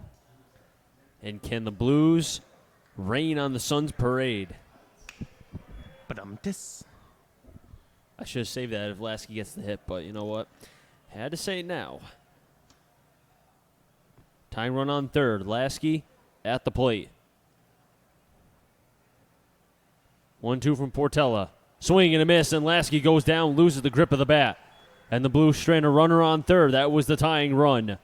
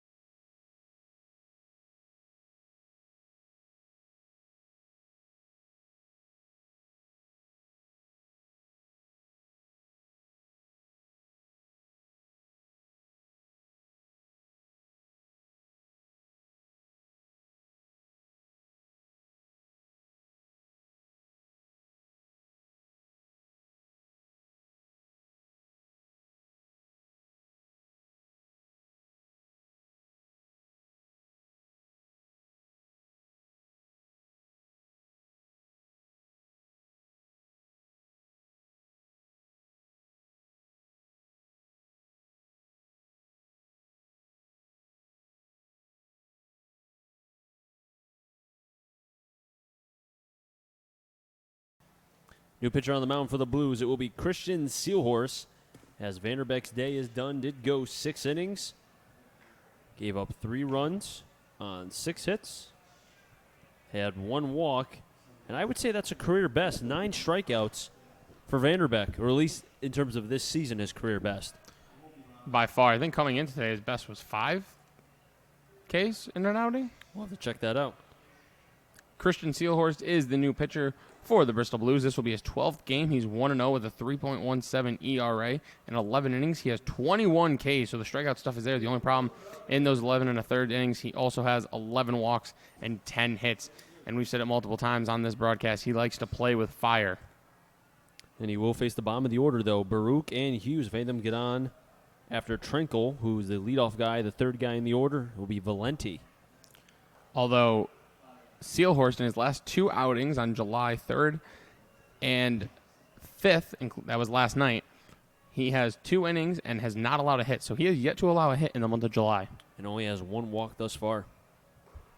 Well, let's not forget, though, too, Seelhorst will have to be shut down after the All-Star break per request of Seton Hill because he's coming back from Tommy John surgery, and they want to make sure his innings are controlled so he'll be ready for the fall. As Lasky's throw down to second, 1 hopper to Diamond. And it looks like Ronnie Palmer and Matt Gedman both talking, probably just, talking shop, I would say. Saying, hey, how many innings we got left with this rain? Well, it looks like all the Blues players have retreated towards the inside part of the dugout because their side is not covered, but the away team is. Yeah, I don't get how the away team gets the covering. That's interesting. I never really thought about that until now. Well, you know what it is? When Muzzy, back in the day, both dugouts were on the third base side. That's a good point. You're right. I didn't even think about that. So I'm wondering if they built that dugout and they added the roof and just never added one to the first base side. Might be something they want to think about. First pitch hits the batter of Baruch, and he's in pain. And I got him square in the back, and there isn't any meat back there. It's all bone.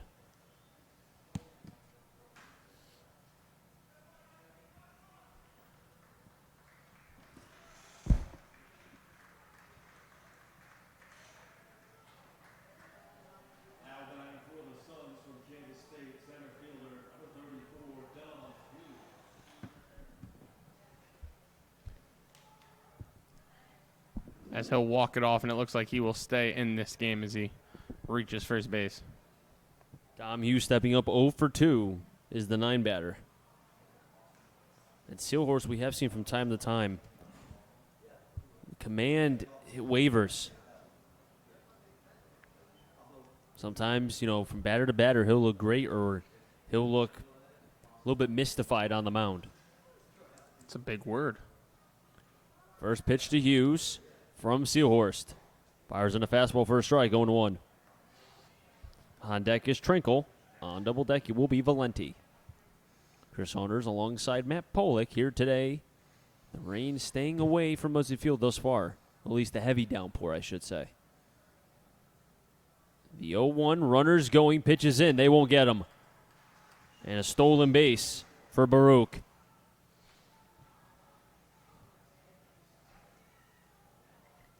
Be a 1-1 count on Hughes.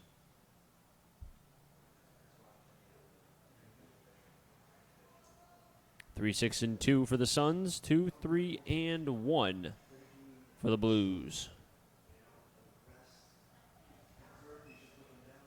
Suns with 2 errors tonight. The Blues with only 1. With a 1-1 count on Hughes. Chopper in front. Hughes can't find it, but it will go foul as Lasky slipped up the first baseline. I don't know what he was pointing at exactly. I don't know if he was pointing towards the sky or the first baseline, but as we saw when it started to rain around 6 o'clock, the lines between third and first, when you go about 10 feet each way, it did get pretty slippery up there. Yeah, they had to use 2 bags worth of two Speedy bags Dry. worth of Speedy Dry on each side. So where Lasky was very wet earlier. 1-2. Ball died in the infield. Diamond charging. He has one play over to first and just gets the out. Advancing to third on the ground out will be Baruch. And Trinkle will be up, who's been on base every single at-bat. Tripled in the first and the third. Walked and was left stranded in the fifth. But going back to the starting pitcher, Vanderbeck, great game out of him. Gave up a couple runs. I'm sure he's not happy with that. But 1 walk, 9 Ks, and 6 hits. By far his best appearance, I would say, this season as a Blue. Yeah, he looked good. The problem was, you mentioned it, when he got to 2 strikes on some hitters, he was kind of trying to throw the perfect pitch and not wearing. When you're up 0-2, 1-2, you can use a waste pitch. And it just seemed as if he was trying too hard to throw a strike and would miss his spot and leave pitches over the heart of the plate that the Suns took advantage of. Now Seahorst with the infield in. Ronnie Palmer trying to be able to keep that run around at third. As the Blues do not want to allow any more runners to advance and score, as the Blues struggling to be able to score. A team that had, I think it was 10 hits in 8 of their 13 games prior to yesterday. Struggling between tonight and last night, being able to string along a lot of hits. And again, they played a lot of games. You wonder if they're running on E. Yeah, it's been a lot of games in a short amount of days, and it's been hot. First pitch to Trinkle, fouls it back 0-1. As the infield is in. Both Dwayne, Diamond, Belanger, and Reynolds sticking close. Outfield's also playing shallow as well. Now, if the ball is hit to the outfield, Mounts does have a good arm. 0-1. Towards right, that's going to drop. RBI single for Trinkle. That makes it 9 on the season. And the Suns get a little bit of insurance. It's 4-2 over the Blues.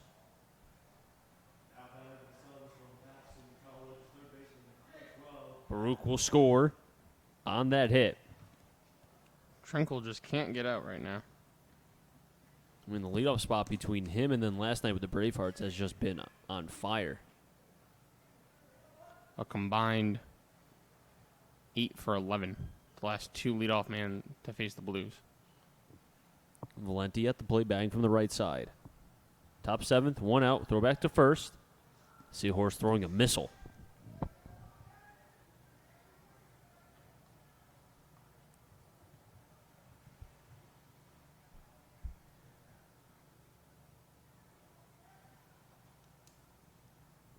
Seahorse deals, runners going, check swing. Sets a foul back, and it gets a piece of the home plate umpire. Lasky will have a few words, ask for the ball, and he'll. Trenko had that base stolen. Yeah, he had a great jump. How's the Doppler radar looking? Well, it says it's raining pretty hard right now in Bristol, and that's just not true, so I don't know what to believe with this radar. Umpire seems to be okay. He says to Seahorse, let's go, game on. The 0-1 before that throws back to first, and they get the pick off. Seahorse gets Trenko. Wow. And Trenko can't believe it.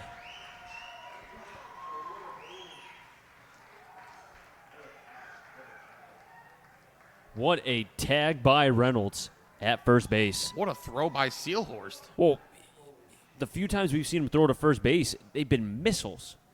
Almost like he's throwing to home. And now Seahorse quickly has 2 outs. No 1 count on Valenti. Pitch is outside, 1-1.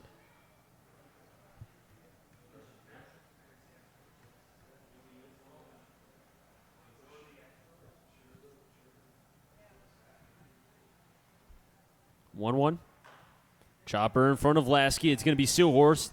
Fields his position over to first, and he can't make the throw.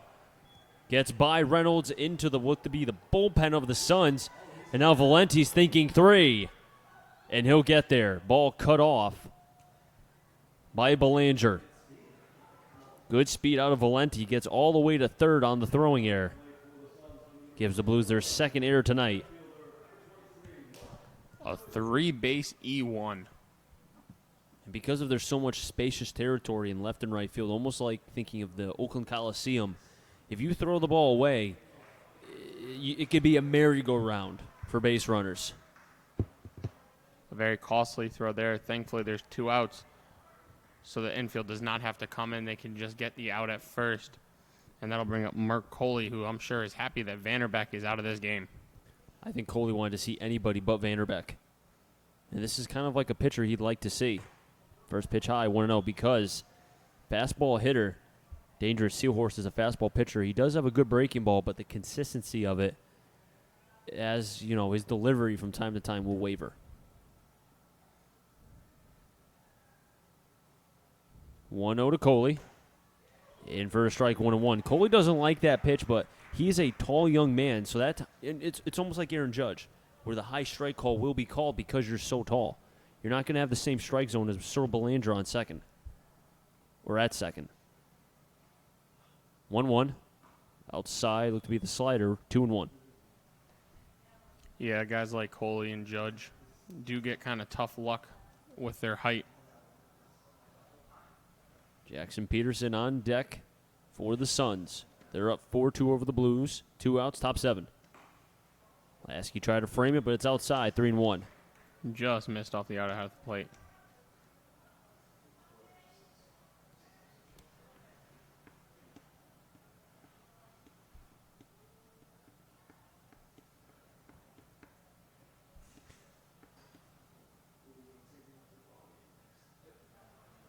The 3-1. Outside for a ball. And the Suns will have runners on the corners. Jackson Peterson, before he can get to bat, Jordan Lasky will go out and talk to the entire infield. With Buddy Dwayne, the last one, being over there because he didn't see Lasky calling them. I wonder if he's going over first and third play. Maybe with 2 outs, think that the Suns might send Coley to try to get 2 men on in scoring position with 2 outs. So maybe Lasky just wanted to communicate with his infield what the plan is if Coley does take off. That'll bring up Jackson Peterson, the catcher. In the first, he struck out looking. In the third, grounded out to second.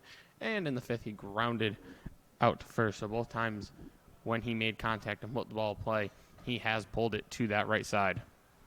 So the Mets GM threw a chair in a meeting after Friday night's loss across the room. Only the Mets. First pitch. High, gets away from Lasky. Ricochets back. The runner from third will not advance because the throw was not far enough and got away, but getting to second will be Coley.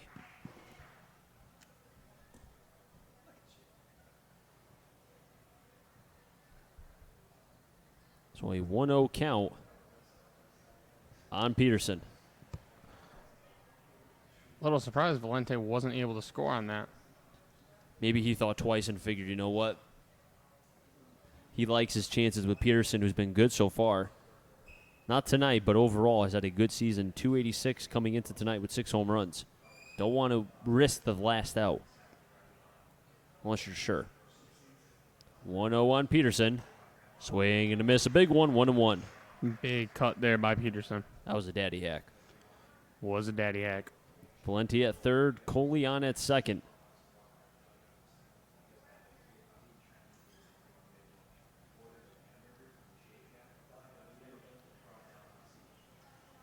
Seahorse comes to the belt. Pauses. Fires. In for a strike. 1-2. Good spot there for Seahorse. Is that... I thought it was going to wake the crowd up a little bit. They got pretty quiet after they... I think they know with runners on second and third, they want to wait for their big applause if they can get the last out. Then you have one guy clapping. Shout out that guy. The 1-2 from Seahorst delivers. Pop behind the press box, and we'll do it again.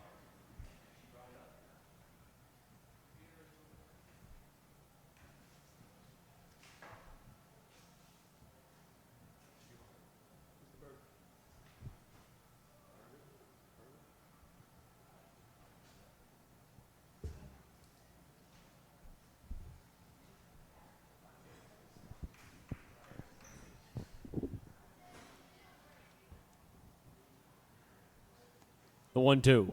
Swing and a miss. Seahorse gets the K. And the Suns strain runners on second and third. First K for Seahorst. But the Suns do get one run on one hit and one big error. And then, as I said, they strain two. We head to the bottom of the seventh. The Blues will have in the order 8, 9, then top when we come back.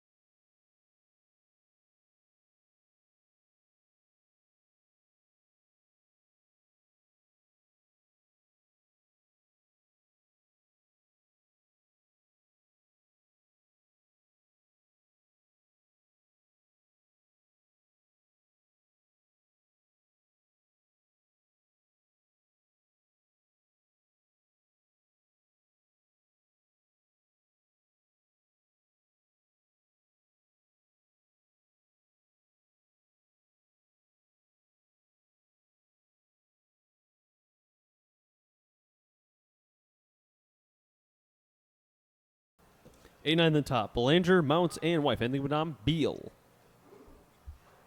And the Blues down by 2 against the first place Suns. They are 1 game back. If they lose tonight, they'll be 1.5 games back. First pitch high, 1-0. Actually, no, they'd be a full game back. What am I saying? 2 games back if they What lost. am I? I'm thinking. Good math, Chris. I'm thinking for everybody else, they would pick up a half a game because they didn't play. Swing and a miss. 1-1. Everyone else would pick up a half game on the Blues, lose a half game on the Suns. The 1-1. Swing and a miss from Belanger, 1-2.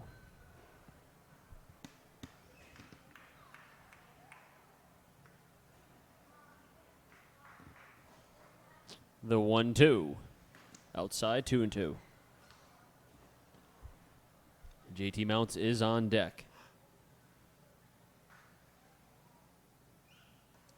2-2.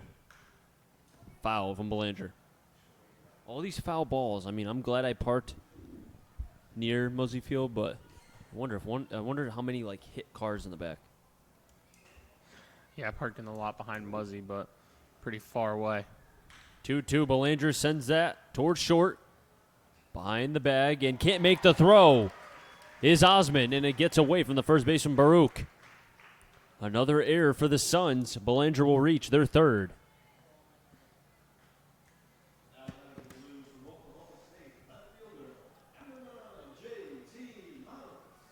And the third baseman, Valente, already close to the grass, playing for a bunt. JT Mounts has struggled 0 for 2 with 2 swinging Ks.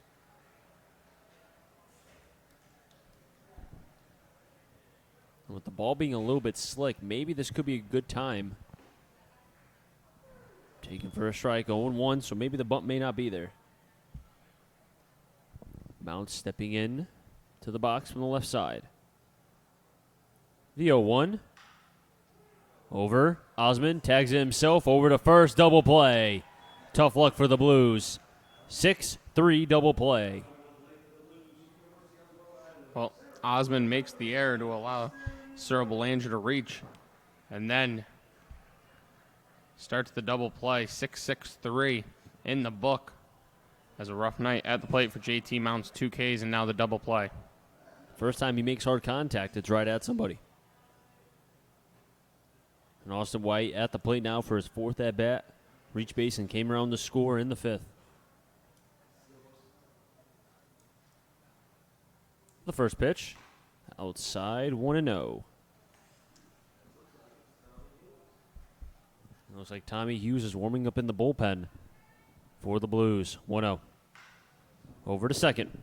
Barry, Fields, on to first, and the side will be retired. 4-3 in the book, as White has grounded out to Barry in the 1st, the 3rd, and now here in the 7th. So no runs, no hits, 1 error, and because of the double play, nobody was left on base. We head on to the 8th. Here we go. Here from historic Muzzy Field. We'll have 5, 6, 7. Barry, Malcolm, and Osmond. We come back here from historic Muzzy Field.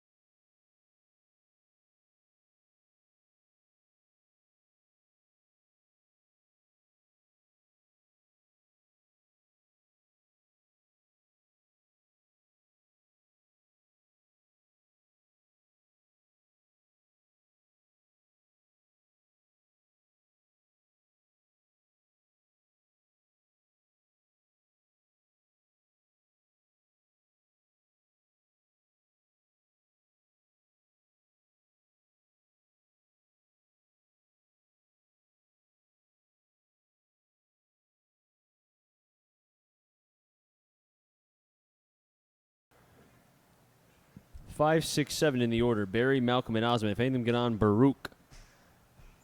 As a new pitcher on the mound, Tommy Hughes. As Seal Horse is out of the game. 1 inning, 1 earned run, 1 hit, 1 K, and 1 walk.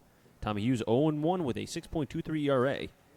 He was from Newington, Connecticut, and went to Goodwin Tech for high school. First pitch high, 1-0. Last appearance by Hughes was back on July 5th. 1 inning, 1 earned run, 2 hits, no walks, and 2 Ks. Fires on a fastball, 1-1.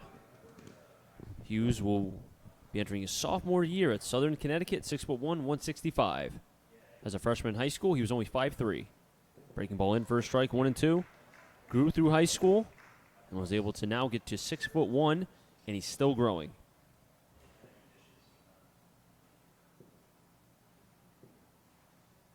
Hughes steps off to regroup. Here's some fireworks going on in the background. The 1-2. Breaking ball outside, 1-2. Good pitch by Hughes. Probably should have started that a little bit more towards the middle part of the plate.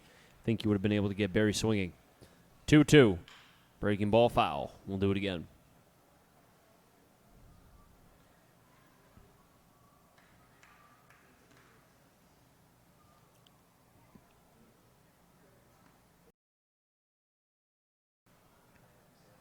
The 2-2. 3-2. And same thing, probably should have started that pitch a little more over the plate. Starting it as a strike is the ideal. He's starting it as a ball. Payoff pitch. Swing and a miss. First K for Hughes. Make that 19 on the season for the right-hander. And Matt Malcolm will be at the plate. Evan Gaddis, I like to call him. Has the beard and no batting gloves. I wonder if he was also a janitor. Could be. The story of... Actually, no, he doesn't have a beard. Wow, I thought he did. All right, he doesn't have a beard. I apologize. But anywho, back to the story. Evan Gaddis, his story is amazing how he went from being a janitor to a major league player. First pitch, high, 1-0. I don't know if it still is, but for quite a while when he was playing with the Astros, his profile picture on Twitter was his badge when he was a janitor. That's pretty cool. 1-0. Outside 2-0. Doesn't, what's his name? Daniel Norris, the lefty for the Tigers. Doesn't he live in a van? Not down by the river, but he actually lives in a van. I've never heard that. They did a story on him on ESPN. 2-0. Low for a ball, 3-0. I don't watch ESPN. You've never... Do you know the reference I just said? No, clearly not. 3-0 pitch in for a strike, 3-1. You've never seen Chris Farley? No. Oh, my gosh. Who am I talking to? The 3-1. Malcolm sends that in the left. That will drop. Second hit for Malcolm. He's 2 for 4. I just can't get over. You've never seen Step Brothers. You've never seen Chris Farley in anything. Yeah. Go home tonight and sleep. Google Chris Sleep. Farley. Sleep. All right, well, tomorrow then do it. I'll Google it right now. That's your homework assignment. What am I supposed to do? Chris Farley, by far one of the funniest people ever, and he died way too soon. First pitch, Osmond. Low for a ball, 1-0. Baruch is on deck. Hughes on double deck. Suns with a 4-2 lead with 8 hits and 3 errors. Pitch inside, 2-0.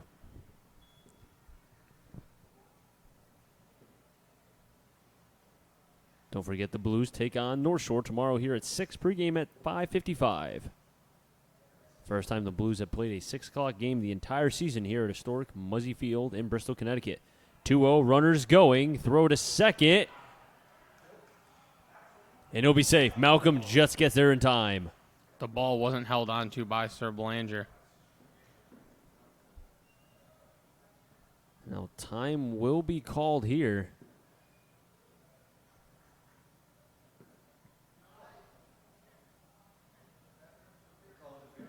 And they might have called interference on the batter.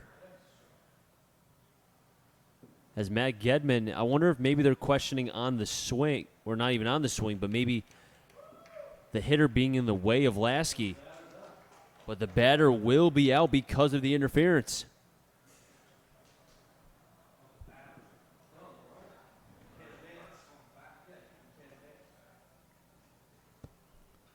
And now he's back out on first.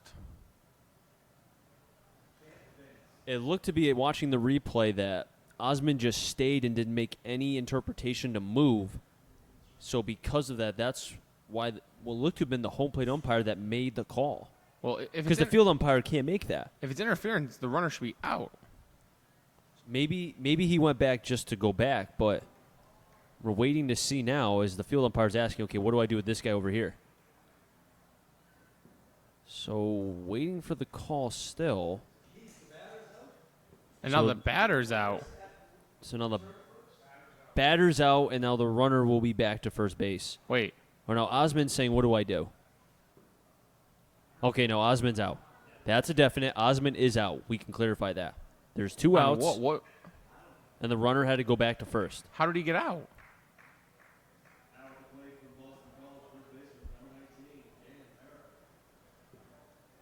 Chris, are you as confused as I am? I'm a little confused. I would like to have a question. I have a question for that home plate umpire, but we're not going to be able to ask. But either way, Blues fans have to be happy. That's 2 outs. Malcolm, who had that base stolen, is back on first base. With the 8th-batter, Baruch at the plate. First pitch breaking ball high, 1-0. So we've seen Matt Gedman come out a couple times now for the Blues, or rather the Suns, questioning a couple calls. We saw the one up the first baseline in the later part of the game a couple innings ago. And now here with the interference. 1-0, and that's going to hit Baruch again. Second consecutive time he's been hit in the back. And the same spot. Rough night. I need whiteout.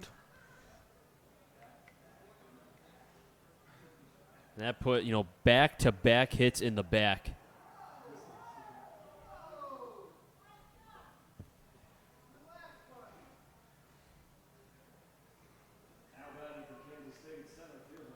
Someone in the Blues crowd isn't happy with what someone did. I mean, to his credit, if you got hit in the back twice, literally in the back, by probably 85 to plus, it's pretty bad. I'd be on the ground crying. When I was hitting once, when I was pitching, I got hit in the back. I had a black and blue for a couple weeks. First and second, 2 outs. Malcolm at second, Baruch on at first. Hughes in a jam here. Fires a fastball to the back door, 0-1. Maybe it's a good time that he's facing a lefty here with the 9-batter Tommy Hughes, or Dom Hughes, I should say. Oh, so there we go. Tommy Hughes versus Dom Hughes. Which Hughes will win? My money's on Hughes. Wow, great guess. Thank you. Breaking ball high, 1-1. Only because a lot of times this fastball goes to that outer half of the plate to lefties, inner half to righties. So I think for Hughes to face a lefty could bode well for him here. 1-1. Breaking ball outside, 2-1. As the ball got thrown over the head of Hughes, but he'll be okay. As the runner on second base will stay where he is, that's Matt Malcolm.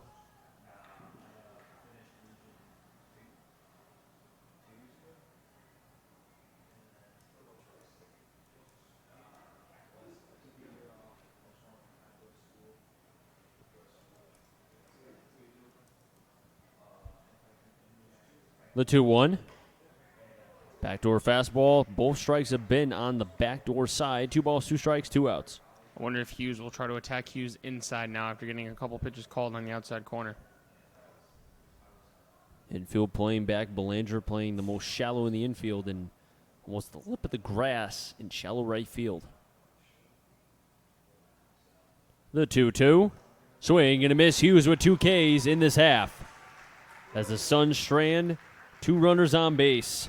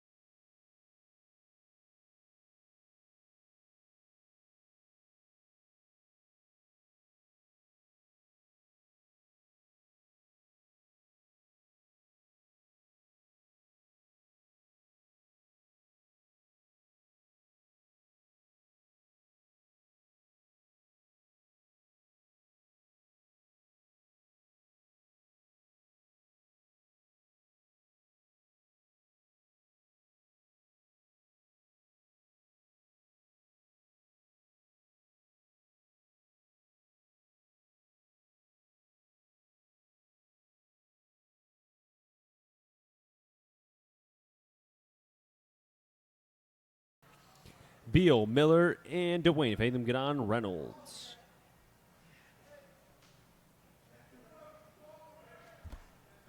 And the Blues down by 2 here as the rain has subsided, or the drizzle. It looks to be a ball in play.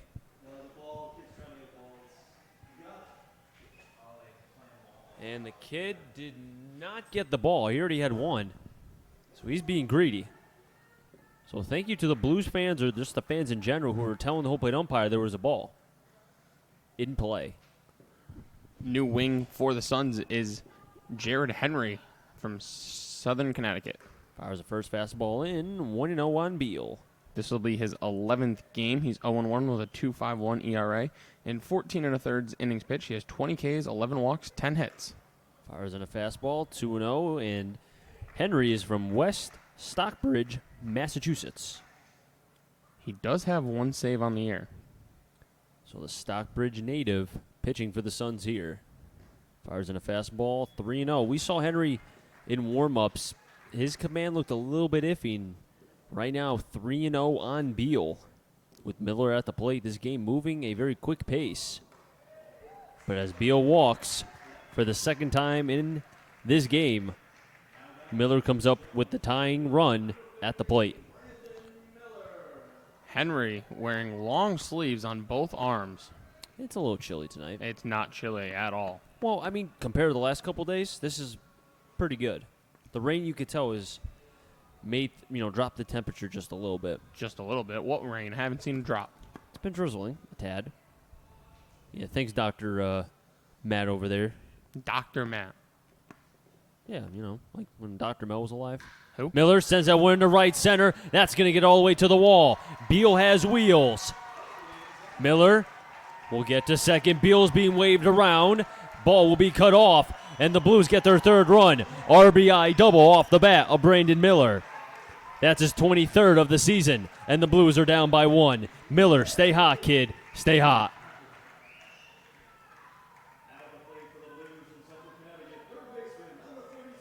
Great piece of hitting there by Miller, driving the ball into right center, getting it into the gap. It looked like Hughes, the center fielder, when he was fielding it, didn't pick it up cleanly, and that might be what allowed Christian Beal to score. If not, he might have still be on third base. But nonetheless, the run has come home. And now Dwayne up with a chance as he fouls a pitch back, 0-1. The Blues have the tying run on second base. And the Blues trying to use as much energy as they have left, as they've been in quite a number of high-energy games this season. Late inning magic between North Shore and Brockton. Can they do it again? 0-1. Dwayne fouls it back, 0-2. It'll be Dwayne, Reynolds, and Diamond, the next 3 up. I would have caught that ball if there wasn't a net. No, you wouldn't. I would have. No, you wouldn't. I got soft hands. You've seen me play first. I got scoops.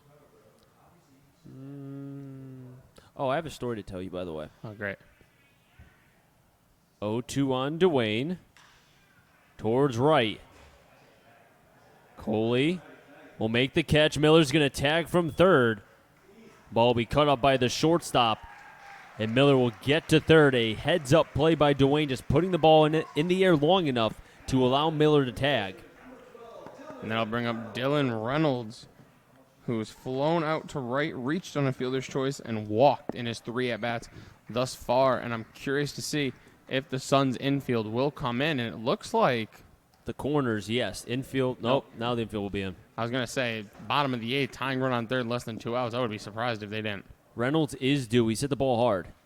First pitch outside, 1-0. Well, this is an at-bat that can favor Reynolds. We mentioned that he's been hitting the ball hard, and it's led to some bad fortunes. But now with the infield in, you hit the ball hard on the ground, as long as it's not right at somebody, it should get through. And even with the infield in, if he hits the ball on the ground, it might be hit hard enough where the ball could get through. Now, if the ball gets hit to the outfield, we have not seen any of the throws, particularly from the 3 outfielders, from this depth. So it will be interesting here. 2-0. Outside 3-0. Now, here's the thing. If Reynolds was to walk, the Blues have hit into a couple double plays so far in this game. So it would not be a bad thing if Reynolds did walk, because then it would set up the double play. 3-0. In for a ball, and Reynolds walks. And none of those 4 pitches, the 4-pitch walk, none of them were very close. I am almost curious to know if that was an intentional walk. And the pitching coach, Brandon Shalekis, is going out to talk with his right-hander, Jared Henry, from West Stockbridge, Massachusetts.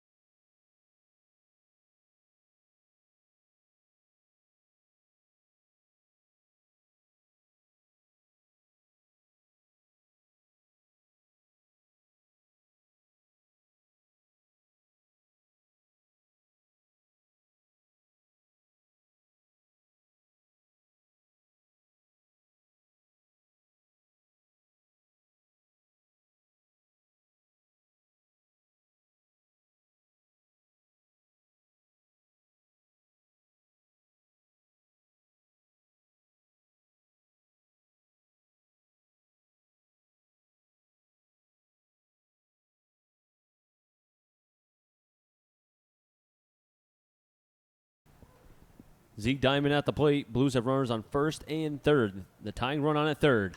Diamond pops it up into center. Miller will tag.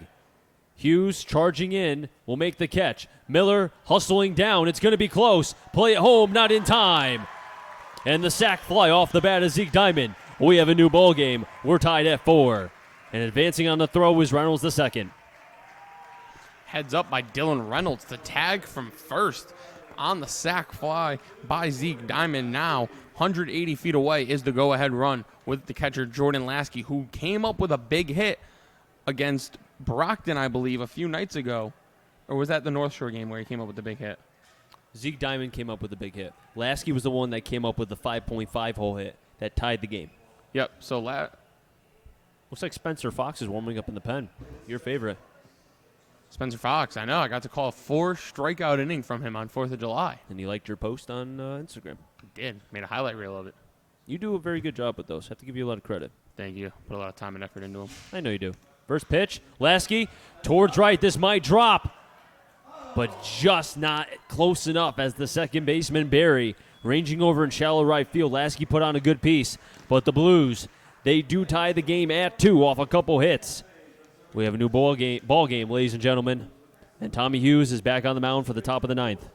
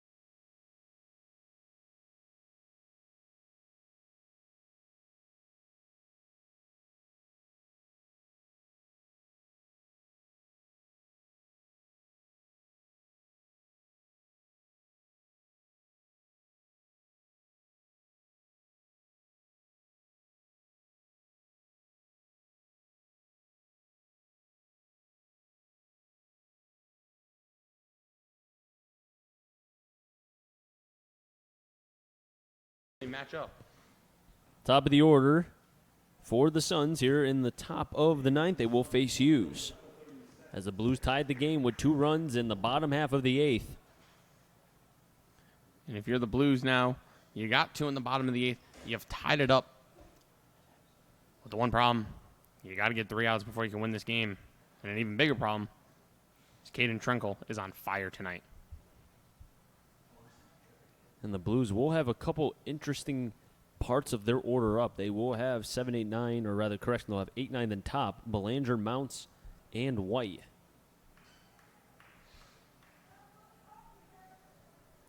Hughes, as I said, still on the mound. First pitch, swing and a miss, 0-1. Looked like Trenkel was trying to make this a 5-4 ball game. Now, because of the tie game, Vanderbeck will get a no decision, as well as the left-hander Clarkin. Swing and a miss, 0-2. So pitcher of record right now would be Henry, as well as Hughes. The Suns, 4 runs on 8 hits, 3 errors defensively, uncharacteristically of them, leading the FCBL in fielding percentage coming into today. 0-2, call the ball. Lasky tried to frame. my partner can't believe it. Wow. His facial expression was, wow. 4 runs, 4 hits, 2 errors for the Blues. Hughes takes a breath. 1-2. Breaking ball drop. Call. Strike 3. Hughes with his 3rd K tonight. And Trenkel is finally retired. It took throwing the same exact location twice in a row to get the call, but he got it.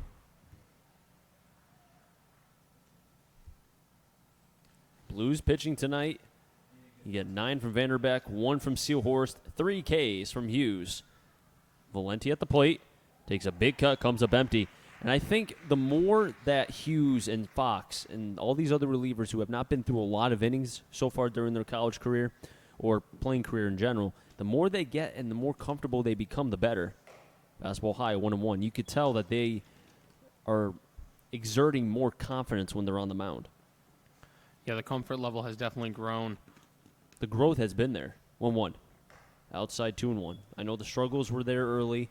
They were 5-10, but they went on a big stretch where they won 7, 8. What was it? 7-game winning streak, 8-game winning streak. I think it was 7. 7, but even if you look at it, you said 5-10. That means they're 11-3 in their last 14. 2-2 or 2-1 popped behind the press box. 2-2 will be the count. And if they can hang on, that would mean they would be 12-3 in their last 15, which I think they'll take 10 times out of 10. 2-2, another foul ball.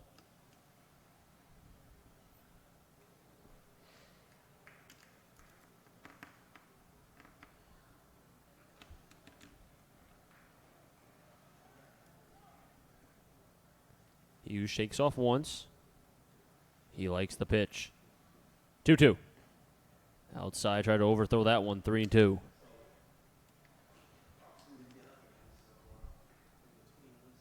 And it looks like Fox is still warming up in the pen for the Blues.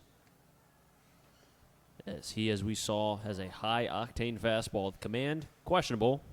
3-2. Check swing, did he go? Yes, he did. Back-to-back Ks for Hughes.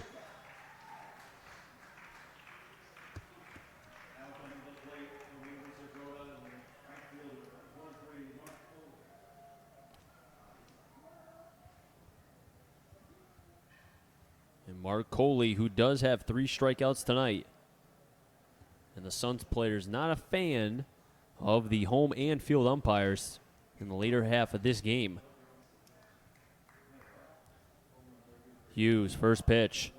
Breaking ball in, 1-0. Cooley making a little bit of a sound as that pitch was coming in.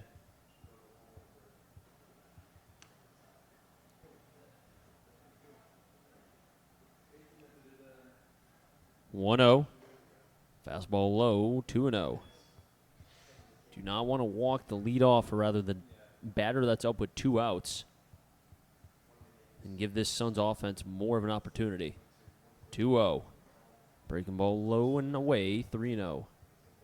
Peterson is on deck, Barry on double deck. 3-0 pitch. Hughes walks him. Back-to-back walks for Cooley. After he struck out 3 straight at-bats, he's walked in the 7th and in the 8th, rather than 9th. And Lasky going out again to talk with his pitcher, Hughes.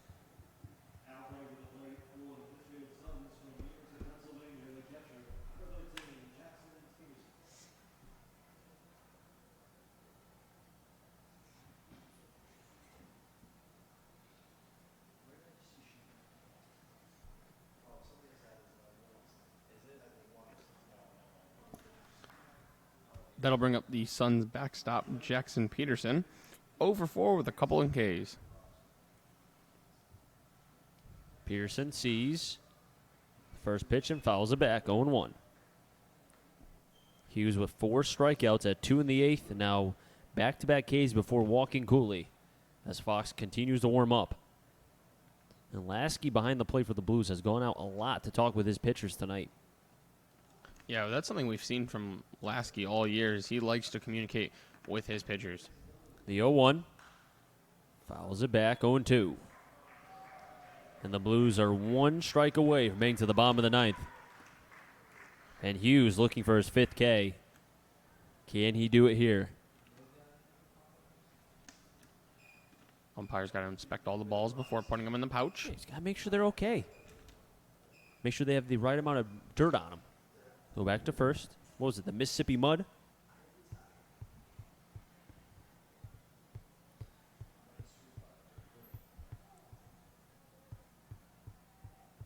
Hughes comes to the set at the belt.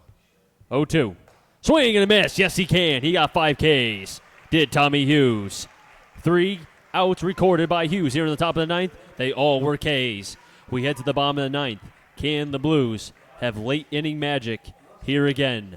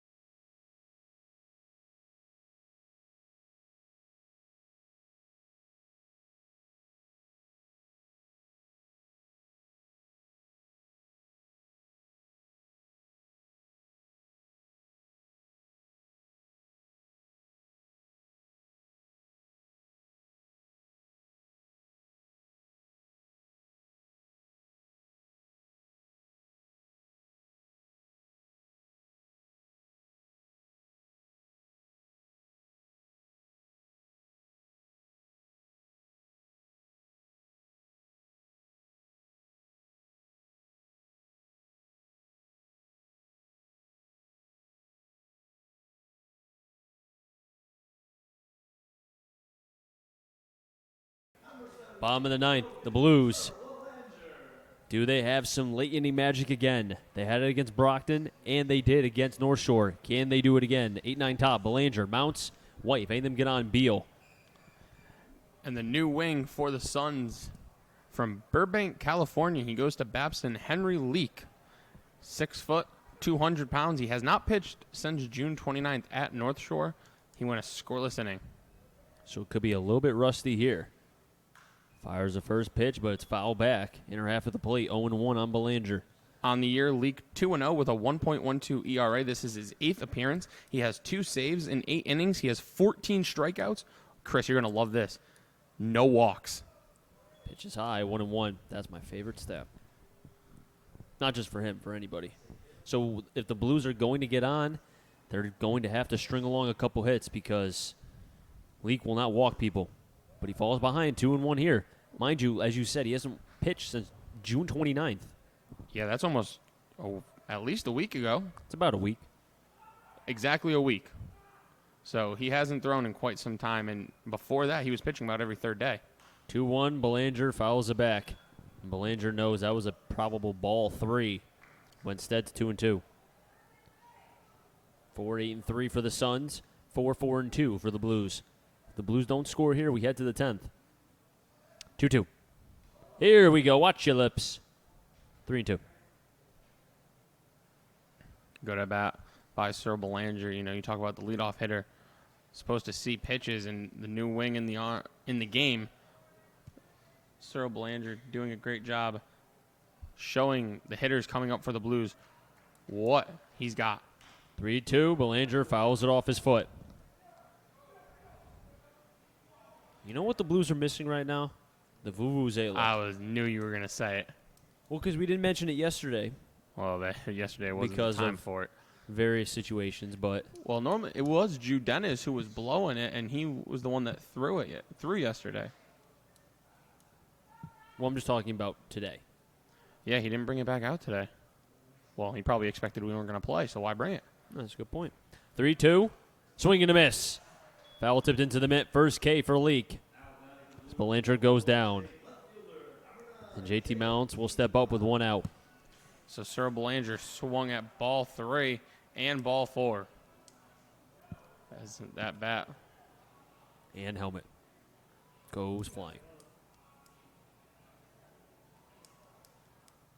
JT Mounts over 3, 2 Ks, and grounded out to a double play. Third baseman is playing in Valenti at the grass. Check swing from Mounts. 0-1. Mounts has not looked comfortable at the plate all day.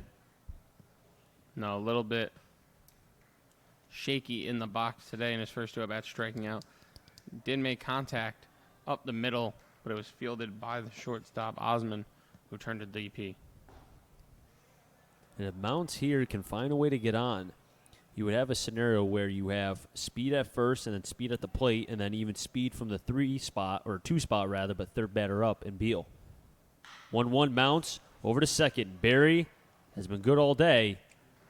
He'll make another play there. I feel like we've had a lot of 4-3s on the blue side of the scorebook. Well, White has been out via 4-3 on 3 of his 4 at-bats. Miller's also grounded out to second, as has Mounts. And the struggles continue for Mounts tonight. Austin White at the plate now. He is 1 for 3, came around to score in the 5th. As bullpen action is up, and that's Spencer Fox again. It looks like he'll be coming in for the top of the 10th if we get there. White fouls it back, or rather up the first baseline, 0-1.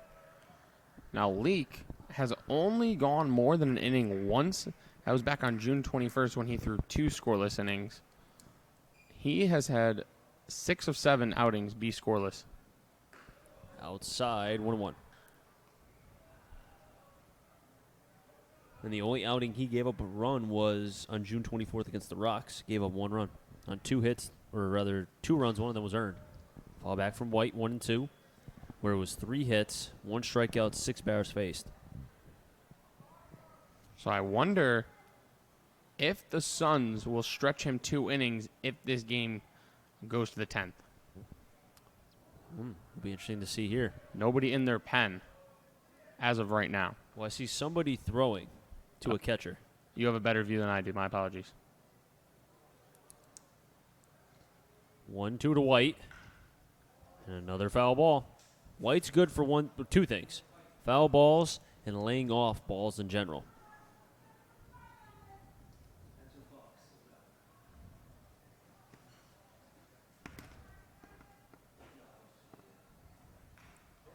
And White continuing to battle.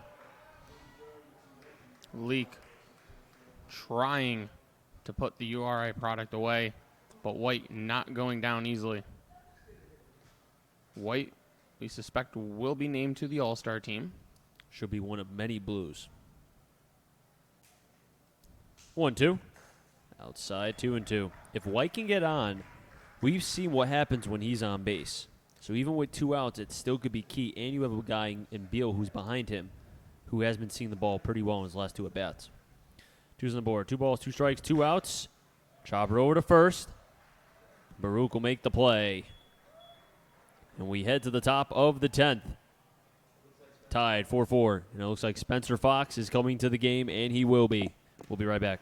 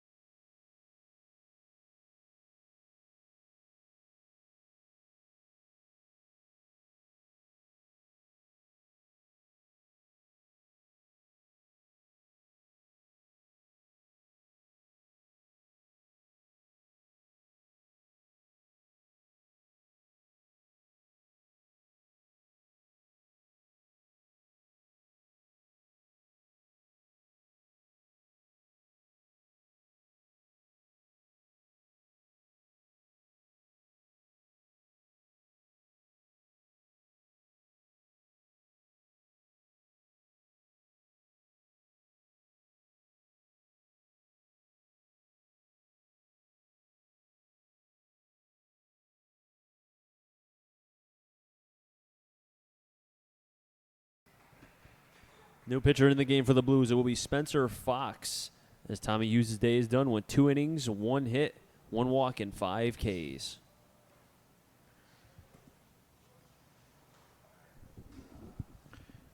And there is some action in the Suns bullpen. Cannot tell who it is. So I'm guessing Henry Leak will have only pitched that 1 inning that was the 9th.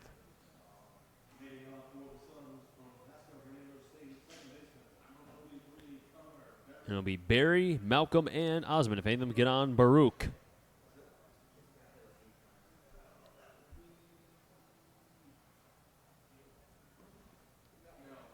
Spencer Fox 0-2 with a 6.45 ERA, 10 games appeared, 1 game started. That was 15 in the 3rd innings thrown, 25 strikeouts, 16 walks, and 11 hits. Fox's last appearance went 2 innings, 1 walk, 6 Ks, and 8 batters faced. First pitch to Barry. Outside for a ball, 1-0. Now, if it does get to Baruch, he was the batter that was hit by back-to-back pitches.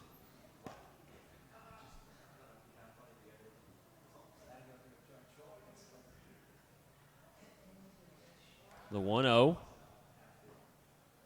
Low for a ball. Looked good to me, but umpire said otherwise, 2-0. Chris Saunders alongside Matt Polick right here on the Bristol Blues YouTube channel. 2-0.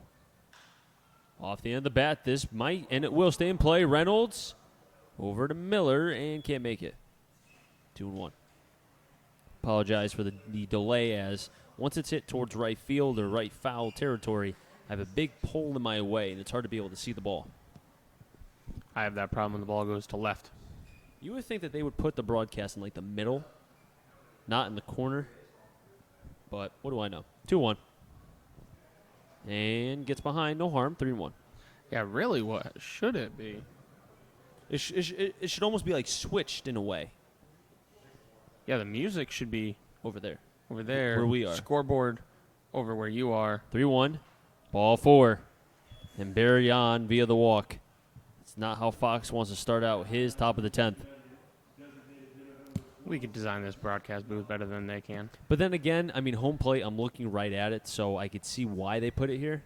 So it does make some sense. But either way, we're glad we're here. Bring you all the Bristol Blues games right here on the Bristol Blues YouTube channel. Matt Malcolm is at the plate now. He is 2 for 4 on the day. Now Fox does have a hard time holding runners. First pitch outside, 1-0. And the Suns have stolen a couple bases, so they will go at needed. Buddy Dwayne, head down, Anticipating the bunt. Now takes one half step back.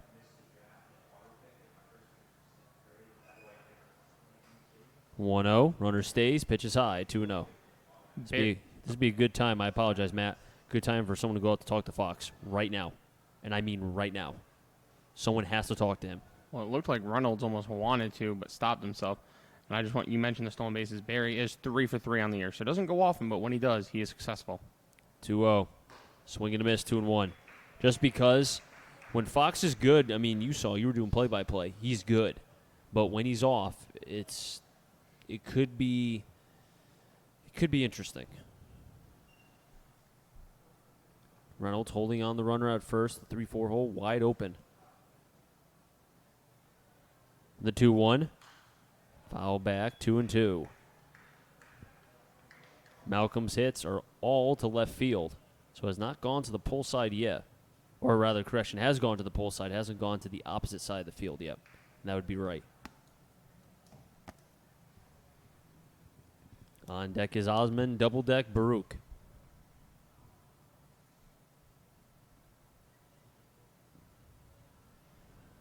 Two, runner's not going. Pitches outside and low, 3-2.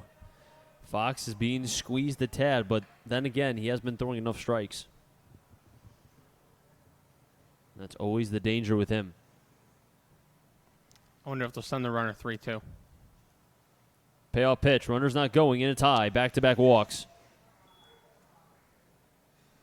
And now Jordy Shiner going out to talk with the right-hander, Spencer Fox.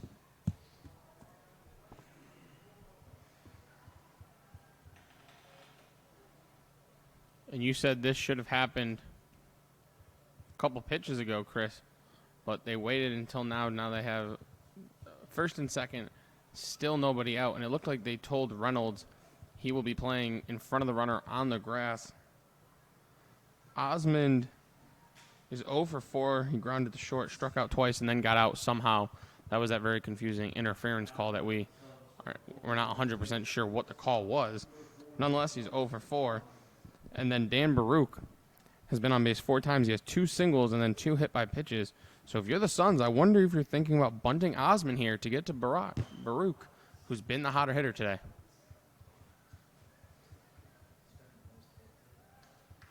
And I just found out that the players that are going to Oklahoma State through and I'll finish my story after this pitch.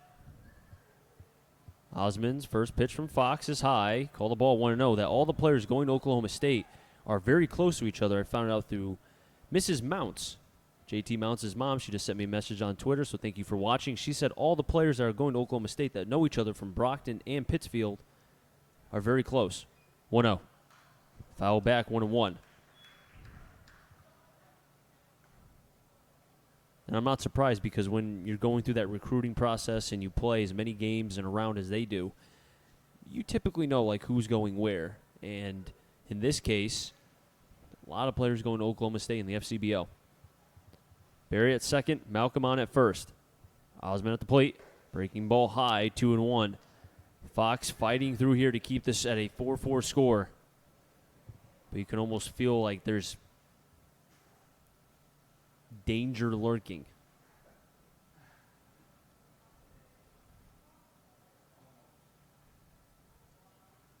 Two one, ball 3. Nobody's in the Blues bullpen. This is Fox's problem. This is his inning regardless, no matter what. And interesting that Nowak is not pitching after not pitching at all yesterday. Just something to think about. You still have 3 games in the next 3 days. That's a good point. 3-1. Ball 4. Back to back to back walks. But there is an old saying. I can't remember who exactly said it, but it's one of my favorite quotes. It says, "Don't save a pitcher for tomorrow. Tomorrow it may rain." And my thinking is, too, play for now and worry about tomorrow. Nowak is by far your best reliever. He pitched in the Brockton game. You won in the bottom of the 10th. And he would only be going 1 inning here. And who knows? Maybe tomorrow you don't even need him. Maybe tomorrow your offense wakes up, you score Exactly. 12 runs plus or something along those lines, or your starter gives you a great outing. Fastball in 0-1. And we're not saying that Fox can't do the job, but we're just considering the situation and who's been the best reliever, and that's Nowak. And Fox has been good too. He has been. Yeah, he's been really good. It's just today it doesn't look like he has his best stuff. Struggling with the command. 3 straight walks to begin the inning and still nobody out. 0-1. Over to short. They want to go home. They get the out. And that's all they'll get, and that was close. Lasky, I thought, did not touch home plate. It was close, and I'm almost curious. The runner, Malcolm at second, froze thinking Diamond might have caught it. So if Diamond had made a better throw home, Lasky almost would have had a chance to get him out of third because it still would have been a force out. But nonetheless, they get the out at home, which is important. And that'll bring up Baruch, who has had a painful couple of ways on. Actually, Hughes. Baruch was the one that swung at the first pitch. Oh, you're right. Second pitch. Haven't filled it in yet. That's my apologies. Oh, you're good. You're good. Hughes, though, they're looking for the double play. Infield's still in, which is surprising because I get it. They want to try to get the out, but you miss a potential double play here, which Hughes has hit a ground ball twice. First pitch high, nowhere to put Hughes. Well, if the ball is hit hard and you get a clean field and a good throw home, potentially you could get another out elsewhere. Maybe if it's hit to Dwayne, you might have a chance to go home and then back to first for a double play. The 0-1. Inside for a ball, 2-0. Have to be careful. And if you're Hughes, you have to be sitting dead red fastball right now. I'm surprised Hughes didn't I'm not saying lean in, but he really moved out of that pitch. And it's coming in hot. 2-0. That was ball 3. He was set 2-1. Sitting dead red fastball. He's actually a great pitch by Fox. He knew the hitter would be sitting fastball. He threw it eye level, and when that fastball is coming eye level, it looks like the size of a beach ball. Fox got 1 out here on the fielder's choice, looking for 2, possibly 3, but I think he'll take 2 right now. 2-1. Foul back, 2-2. And it looks like Hughes just signaled to Baruch saying, get off first. The infield's in. You can get a bigger lead. That's a big boy. He's telling it, too. Baruch is a big guy. Yeah, he is. I don't think I'd want to mess with him. Nope. Definitely not him. Fox takes a breath. 2-2. Pops it up. In on the hands. Infield Diamond. fly has been called. He'll make the catch. 2 down. Big second out for Fox. Can he get the last one? And if it's going to be the bottom of the 10th, the Blues will have to get probably one of the hottest hitters tonight, and that's been Caden Tranquil. He did show he was human in the 9th. He struck out looking after back-to-back triples, a walk, and a single in his first 4 at-bats. Fox looking to try to get back-to-back outs here. Tranquil. Hard hitter tonight to do that against. Pops it up.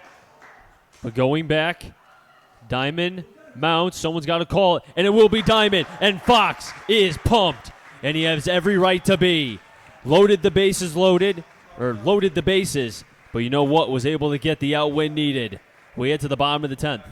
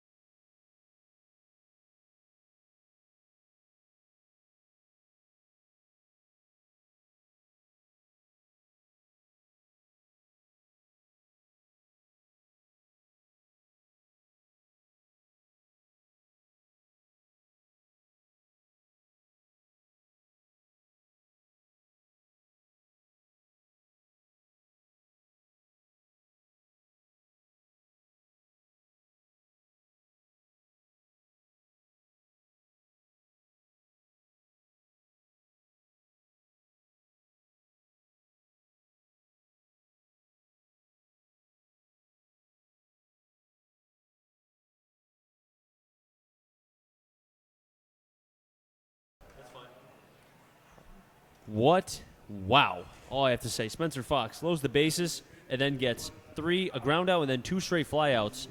Wow by Spencer Fox. That's all I have to say. Houdini-like. And now By a the new Blues pitcher. righty. My apologies. New pitcher for the Suns, Austin Genoa. Genoa, this will be his 7th game. He has 3 starts. He's 0-1 with a 7.26 ERA, 17 and a third innings, 13 Ks, 7 walks. He goes to Broward College, which, those of you wondering, is in Fort Lauderdale, Florida. And I think he is from Florida. And he is. Pembroke Pines, Florida. First pitch, Beal at the plate. Hits Beal in the back. And Beal will get on. That's not what the Suns wanted. That's the game-winning run. Well, Genoa has struggled. In his last 2 outings combined, 8 innings, 9 runs, 11 hits. So he has struggled. His last outing alone at Brockton on July 1st, he gave up 7 runs in 3 innings. And at the plate now is Brandon Miller. Miller, who had a big hit back in the 8th and came around to score. Also, that was an RBI hit, actually, that allowed Beal to score when Beal walked. The Suns' bullpen has emptied. They're all in the dugout. Throw back to first. So Genoa is either going to send this game to a derby or the Blues are going to walk it off. Now, what do you do here if you're Ronnie Palmer? Do you send Beal? Right now, the lead's not too big, so I would say, as now he takes a step back, I don't think now he takes another step. Throw back. He's dancing at first, but he's got to be careful. This might be the one chance the Blues have the runner on base lead-wise. Third baseman's playing in. Home plate umpire is telling the field umpire to push in. I've never seen that before. Valente over at third. Heads up. Miller ain't bunting. No shot. Pitch outside, 1-0. I wonder, too, because of the conditions, if the ball is maybe hard to throw because, it's damp, it's moist, it's sticky, everything that would cause a pitcher to lose command, which is why we've seen hit by pitches, we've seen inconsistent command-wise in the late innings. Throw back to first again. He is paying close attention. Well, he knows Beal may steal. He's stolen 5 bases on the season. Caught 3 times. And Genoa has struggled with command. Obviously, 2 pitches, the hit by pitch and a ball. 1-0 to Miller. That might have been ball 2, but instead, 1-1. And I was going to say, I wouldn't hate to see a hit and run here with Miller, the way he's swinging a bat. But Miller probably just swung at ball 2, trying to do a little too much. We'll see what's up here with a 1-1 count and Beal on first. Go back to first. Beal was not even off the bag. And Genoa is paranoid with Beal over there at first. He's probably had dreams of Beal stealing off him. The Blues dugout making noise. 1-1. Check swing. Home plate umpire is going to ask. Oh, no, he won't. He's going to say he went. See, I never got a home plate umpire. How can you watch the bat and the ball at the same time? You can't. I just don't understand that. Make the field umpire call that, not you. This is the first time the Blues have seen Genoa all year. It's the first time the Blues have seen the Suns here all year. Very true. 1-2. That was way outside. You see where the catcher was setting up, Peterson? Just a bit outside. He was setting up 2 inches off the plate. And now the home plate umpire is warning the Blues bench right now not to make any more noises. Keeps telling him to stop. Well, that's no fun. Imagine if this guy was here when the Vuvuzela was here. Oh, God. 2-2. Miller up the middle, went through for a base hit. Beal looking at Ronnie, and he'll stay at second. Miller, what a rope. Miller, that run means nothing.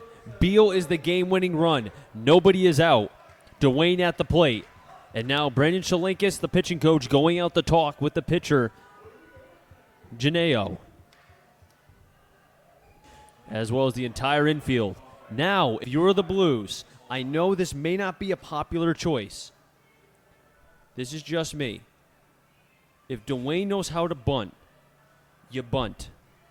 I don't care where you are in the order. I would tell my hottest hitter, you have a runner on second with nobody out, you bunt. I'm with you. You want to know why? You bunt Buddy Dwayne, then you have second and third, 1 out. And then you're sitting there.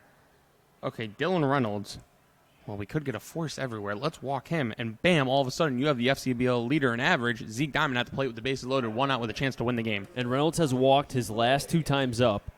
And then you have Diamond, who's been hitting the ball hard his last 2 times at the plate. So, but I get it's enticing with Dwayne, but we'll find out here. Third baseman's playing back. Yep. First pitch to Dwayne. He's not bunting. Takes the pitch outside. 1-0. Now, we could still bunt in this at-bat no matter the count until at least 2 strikes. So, but right now, as you said, the third baseman, Valenti, is playing behind the bag. So there is a spot open there in the infield. 1-0 to Dwayne. Swing and a miss. 1-1. Blues, do they have some late inning magic? They did against North Shore and Brockton. Can they do it again in the same week? The 1-1. Right back to the pitcher, and now the hesitation. He goes right to first. He could have gone to third, but didn't. And that works just as well as a bunt, but that was a missile back to the pitcher. Wow. I don't even think he realized that Beal was not even 2 inches off second base. Man, that was a missile. It was a missile, and I think once Genoa saw it, and I called, look at that. Yep, intentional walk. So now they're going to go to the easiest base, and Zeke Diamond with a chance to win this game. Well, back to what I was saying. Once Genoa fielded it, I think his brain was just like, oh, my God, that ball didn't hit me. Thank God. And then he just got the out at first because he figured just get the out. But Beal would have been out at third by a mile. And I don't know if it's Beal or Miller, but he's saying, let's go, baby. Saying that to Zeke Diamond, who had the sac fly to tie the game. Can Diamond win the game for the Blues? Middle infield will try to turn 2. First pitch to Diamond. Breaking ball high. There's nowhere to put him. Now, was he at the plate when the wild pitch was thrown? I don't remember. I will look back. Or you will. I don't think he was. No, Miller was at the plate.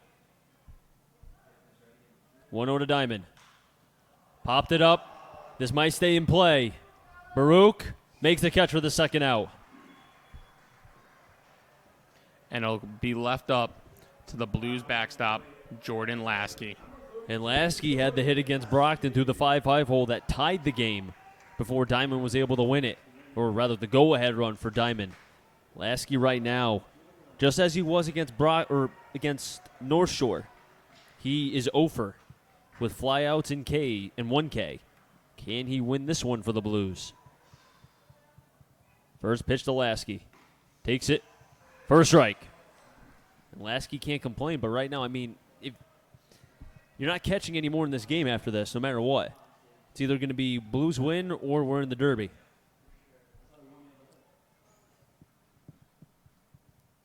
The 0-1.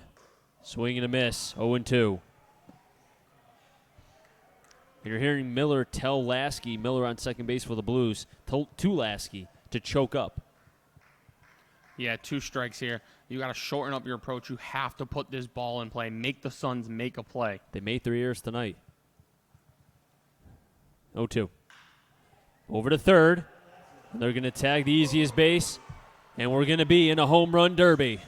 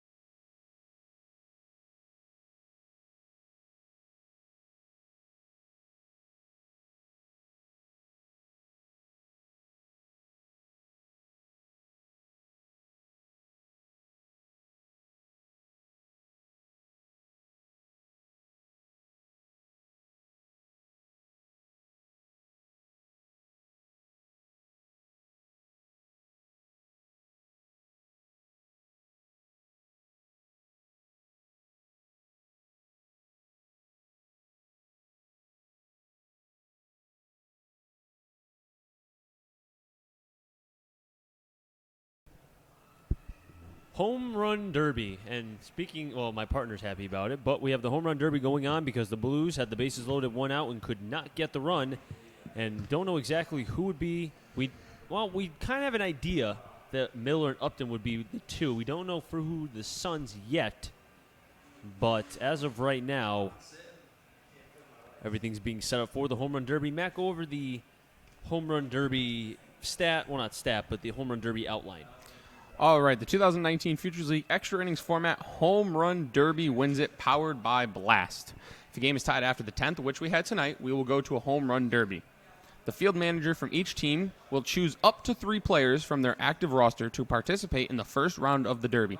The name of these players will be handed to the home plate umpire. Visiting team will hit first.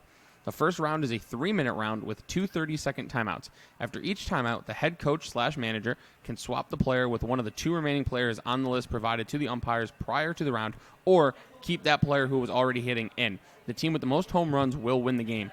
If the teams are still tied, they will go to a second round. The second round is a 2-minute round with 1 30-second timeout.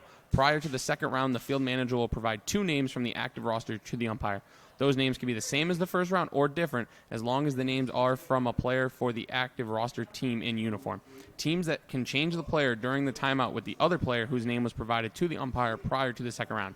If the teams are still tied after the second round, they go to the third and final 1-minute round. They will provide 1 name to the umpire. There will be no timeouts, and it will be an active roster in uniform. If the game is tied after the third round, then the game will be considered a tie, and each team will receive 1 point. And all of the miscellaneous rules will not be relevant. Besides, there will be no practice swings, and the clock must start when the first pitch is thrown. And I'm not sure if it's big league rules about how they have to wait until the ball lands to throw another pitch. Well, who's swinging the bat right now? Number 13. Number 13 for the Suns, that is Jackson Peterson, the catcher. Peterson played a whole game. You wonder if his legs are tired. He caught, too. Yeah, I know. Don't forget, they can also, that one, towards right, and just short. Popped it up again. You wonder if, too, if the moisture is also keeping the ball in. Because it being so moist and it rained and the ball is just dying. Low humidity equals high density. So maybe the ball is just being dense. And as I say that ball is going to be gone. That's 1. And there's 2. He found the stroke. Yep. Ooh. That's in center. Nope, that's not going to be. No, it's going to be short. Popped it up, and that might be close. And that's going to be 3. That's 3. That's over the scoreboard, too. And there's 4. This kid has power. Has a couple home runs this season. As I wish we had the time. That's the one thing we don't have. Take the timeout. Yep. Probably to be able to catch a breather for a second. And I'm going to assume they're going to leave him in. He caught fire at the end. And they're going to switch. They are going to switch. It'll be number 28, Taylor Beckett. Does he have any home runs this season? He does not. Only 34 at-bats. And interesting, they would go, well, I like how they went from lefty to righty because the lefty to the pull side. But the righty, once he has oppo power, that's interesting. So it could be a blessing in disguise for the Blues here. But still has one more player with a bat right now, and that's number 13 again. If I recall, that was Peterson. And I believe, if I understood the rules right, he's eligible to go back in once they call another timeout. So maybe... Oh, wow, he hit that one out. That that's got 5. out? Yep, that's 5. Make that might 6. get out. That's going to be 6. Yep. He's got pop. Yep. Not a lot of at-bats, though. Blues are going to have a tough comeback. Have to get 6 right now.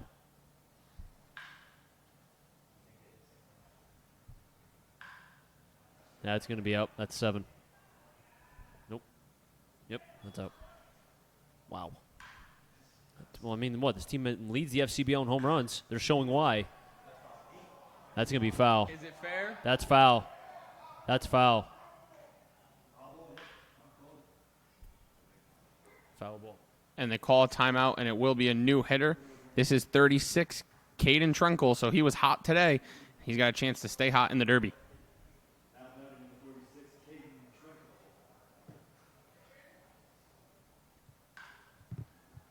They go to another left-handed batter. The catcher was the first one. Now here's the second one. Second lefty in this Derby for the Suns. And they don't have any timeouts. I don't know how much time is left, but Trenkle is hitting for the rest of the round. They have to be almost out, I would think, no? I feel like it's been almost at least over 2 minutes. I feel like they've done a minute each batter. I think that was their strategy. Which is smart because try to get as much as you can. As he takes the hat off. It's definitely the hat's fault, right? Yep. That's interesting they picked Trenkle. Oh, just Short. short and center. Wow. Went to the deepest part of the park, too. And that's time. 7 long balls. Yep. 4 off the bat of Peterson. Yep. 3 off the bat of Beckett. None for Trenkle in round 1, and it's the Blues' turns to hit. Who's more excited, the Blues hitters or the pitchers who get to do PFPs again? Or not PFPs, but go out and shag balls? Or me, who gets to watch. Yeah, you've been wanting this forever. You wanted this for during the Brockton game. I wanted this last year when I came as a fan, and now I've wanted it all year long, and I finally got it. This is true. You did. Now the first one will be Brandon Miller. The Blues need quite a bit. They need, let's see, they have 4 right now. They need 7. 8 to win it, 7 to tie it. They need 7 to tie, 8 to win. And for a team that is last in the FCBL in home runs, going to be a tough task for them. But we've seen their BP. They have power. They do. Miller has shown the ability for power, but the question is, do they have 7 in them? And Chris, you have a better view. Is that Parker Upton with a bat on the sideline? Yes. As Sam Loda will be going behind the plate to catch. Ronnie just wants to get a couple throws in. I'm surprised that now that, because last year Ronnie threw the bulk of the warm-up pitches during BP, but this year they have Jordy Shiner and Nick Riscotti. Well, Riscotti, who is he even here tonight? I don't think he is. Maybe that's why he wasn't at first base. And Jordy was at first base. And, well, I was also going to say Riscotti's also a lefty, so do you really want your lefties facing a lefty? I know slow pitch and derby. No, I know. I just threw him out there just because if you could switch, then you have a situation where because Miller, Upton, and Bass are all lefties. Yep. Never mind. Riscotti should not throw. Hope he's watching, though, because this home run derby could get interesting depending on what happens here. And Bass is the one we speculate would be the third. Yep. And he does have a bat, so, yep, it'll be 1, 2, 3. 3 straight lefties. Look at us. We're so smart. Well, I think we also went by, power. And watching BP. That's true. A lot of BP. And the time has started.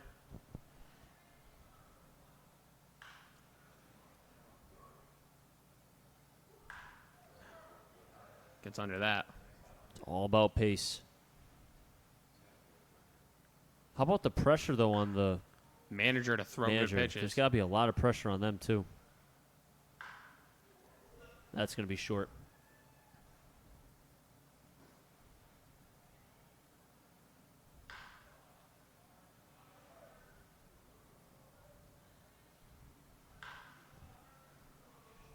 You got to remember, too, Brandon's also played an entire game, so he has to be so tired. As the ones he's getting high in the air, he's getting jammed on, I feel. A line drive there has a chance. Not quite. Jordy asking how much time is left here. Umpire was moving to make sure he could see if that ball is fair. That's going to get the Blues on the board in the Derby. That should be 1. And that's 1. As they'll call time here, switch to Upton.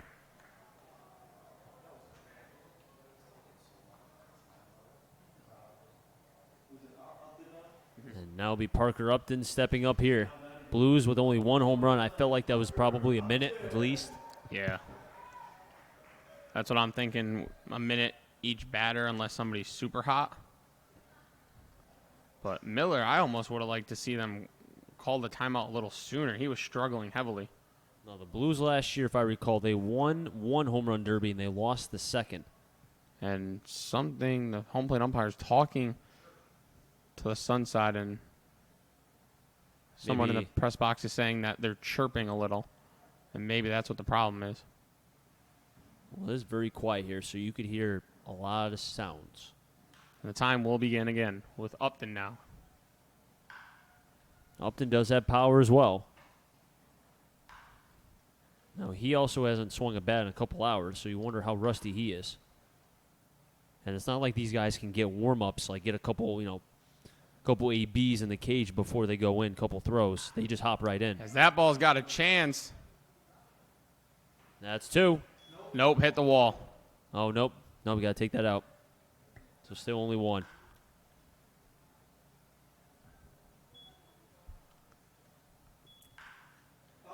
That might That's be 2. We can keep that there now. That's 2.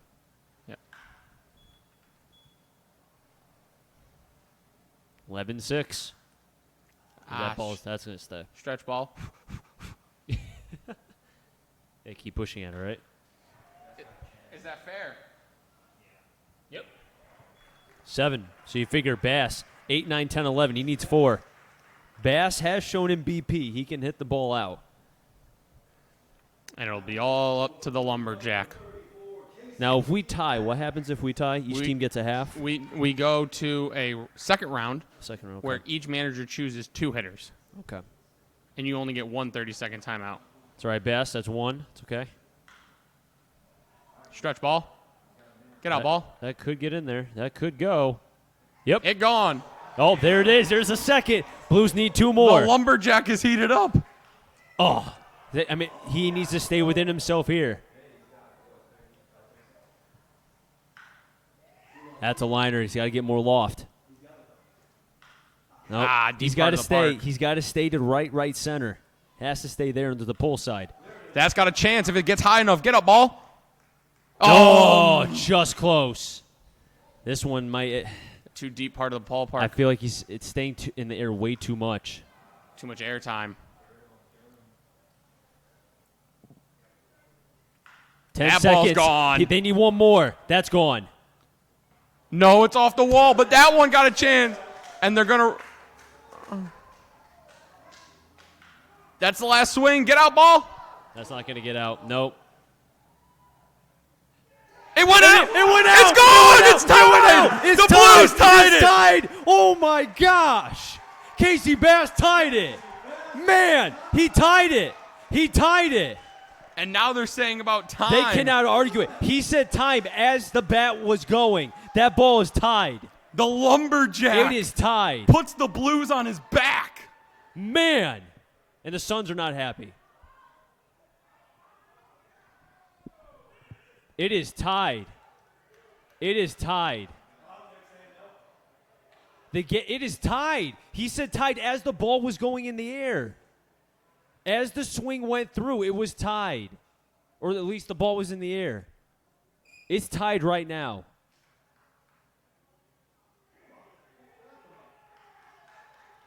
And now the Suns players are celebrating.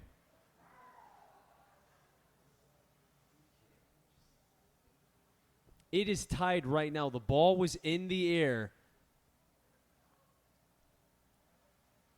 As he made contact, he said time. It is a tied game right now. Well, from the movie Cinderella Man, when they take this long to make a decision, it's usually when they decide to screw somebody. Well, Gedman doesn't look too happy. Ronnie, I can't tell. Ronnie's pointing. I mean, Casey Bass is like, I hit that. That's out. Like, did you see what I did? I hit that. It's a tie game. It's tied. This is a long discussion. Right? I feel like the longer it is, the worse it gets. That's the problem. That's the thing. Is he pointing up at us? Are they pointing at us? John, Are they pointing at us? I mean, we have the camera right now. we say it's 7-7. It's 7-7.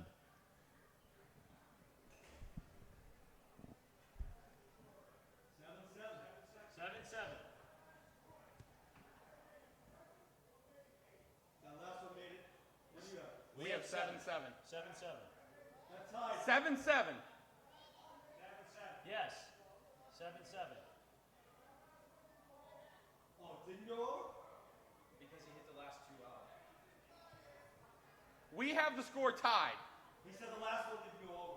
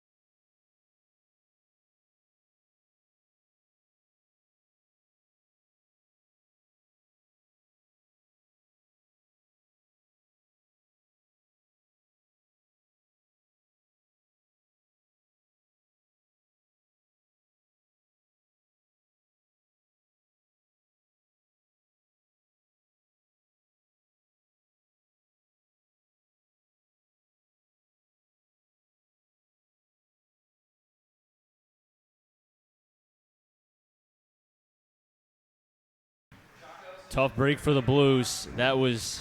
I thought we were tied at 7-7, but they said one ball did not go out. Yeah. It looked like it went out from here. I don't know how that ball. How do you say that ball didn't go out? Unless it was a ball that was before that and it hit the wall. But the last one went out. So unless the score was 7-6 after he hit that out, because one ball did not go out, the one prior to that when we thought it went out. I mean, that's the only thing I could think of. But I don't know why the home plate umpire is asking us when he's on the field. Yeah, we had all the power. We could have said it was 10-7. I don't know. That's a little pathetic. I don't know. But either way, the Blues lose a tough one. That's a shame. They really fought their you-know-what's off and came back and were at least able to, tie the game. They had an opportunity to win it. They had the bases loaded. One out in the bottom of the 10th, didn't score. So either way, the Blues lose a hard one. They play again tomorrow against North Shore at 6 p.m. Pregame at 5:55. Matt, any final thoughts? Tough break there. Casey Bass, I think, is the go-to guy in home run derbies from now on, especially if he didn't play the game. He's got fresh legs. But, that's a tough break to see. You hate to see it, obviously, and the Blues, after getting crushed yesterday, fought back today, had a comeback win potentially, just couldn't get that big hit in the big spots. They had their moments. They had the opportunities. They had another opportunity in the Derby, and game of inches just fell short. That'll wrap things up here from Muzzy Field. Our thanks to the camera crew and staff who helped make this broadcast happen. Final score from Muzzy Field, we tied 4-4. The home run derby won by the Pittsfield Suns by 1. Make sure to catch us tomorrow on Sunday as the Bristol Blues take on the North Shore Navigators at 6 p.m. Pregame at 5:55. For Matt Polick, I'm Chris Saunders. So long, everyone.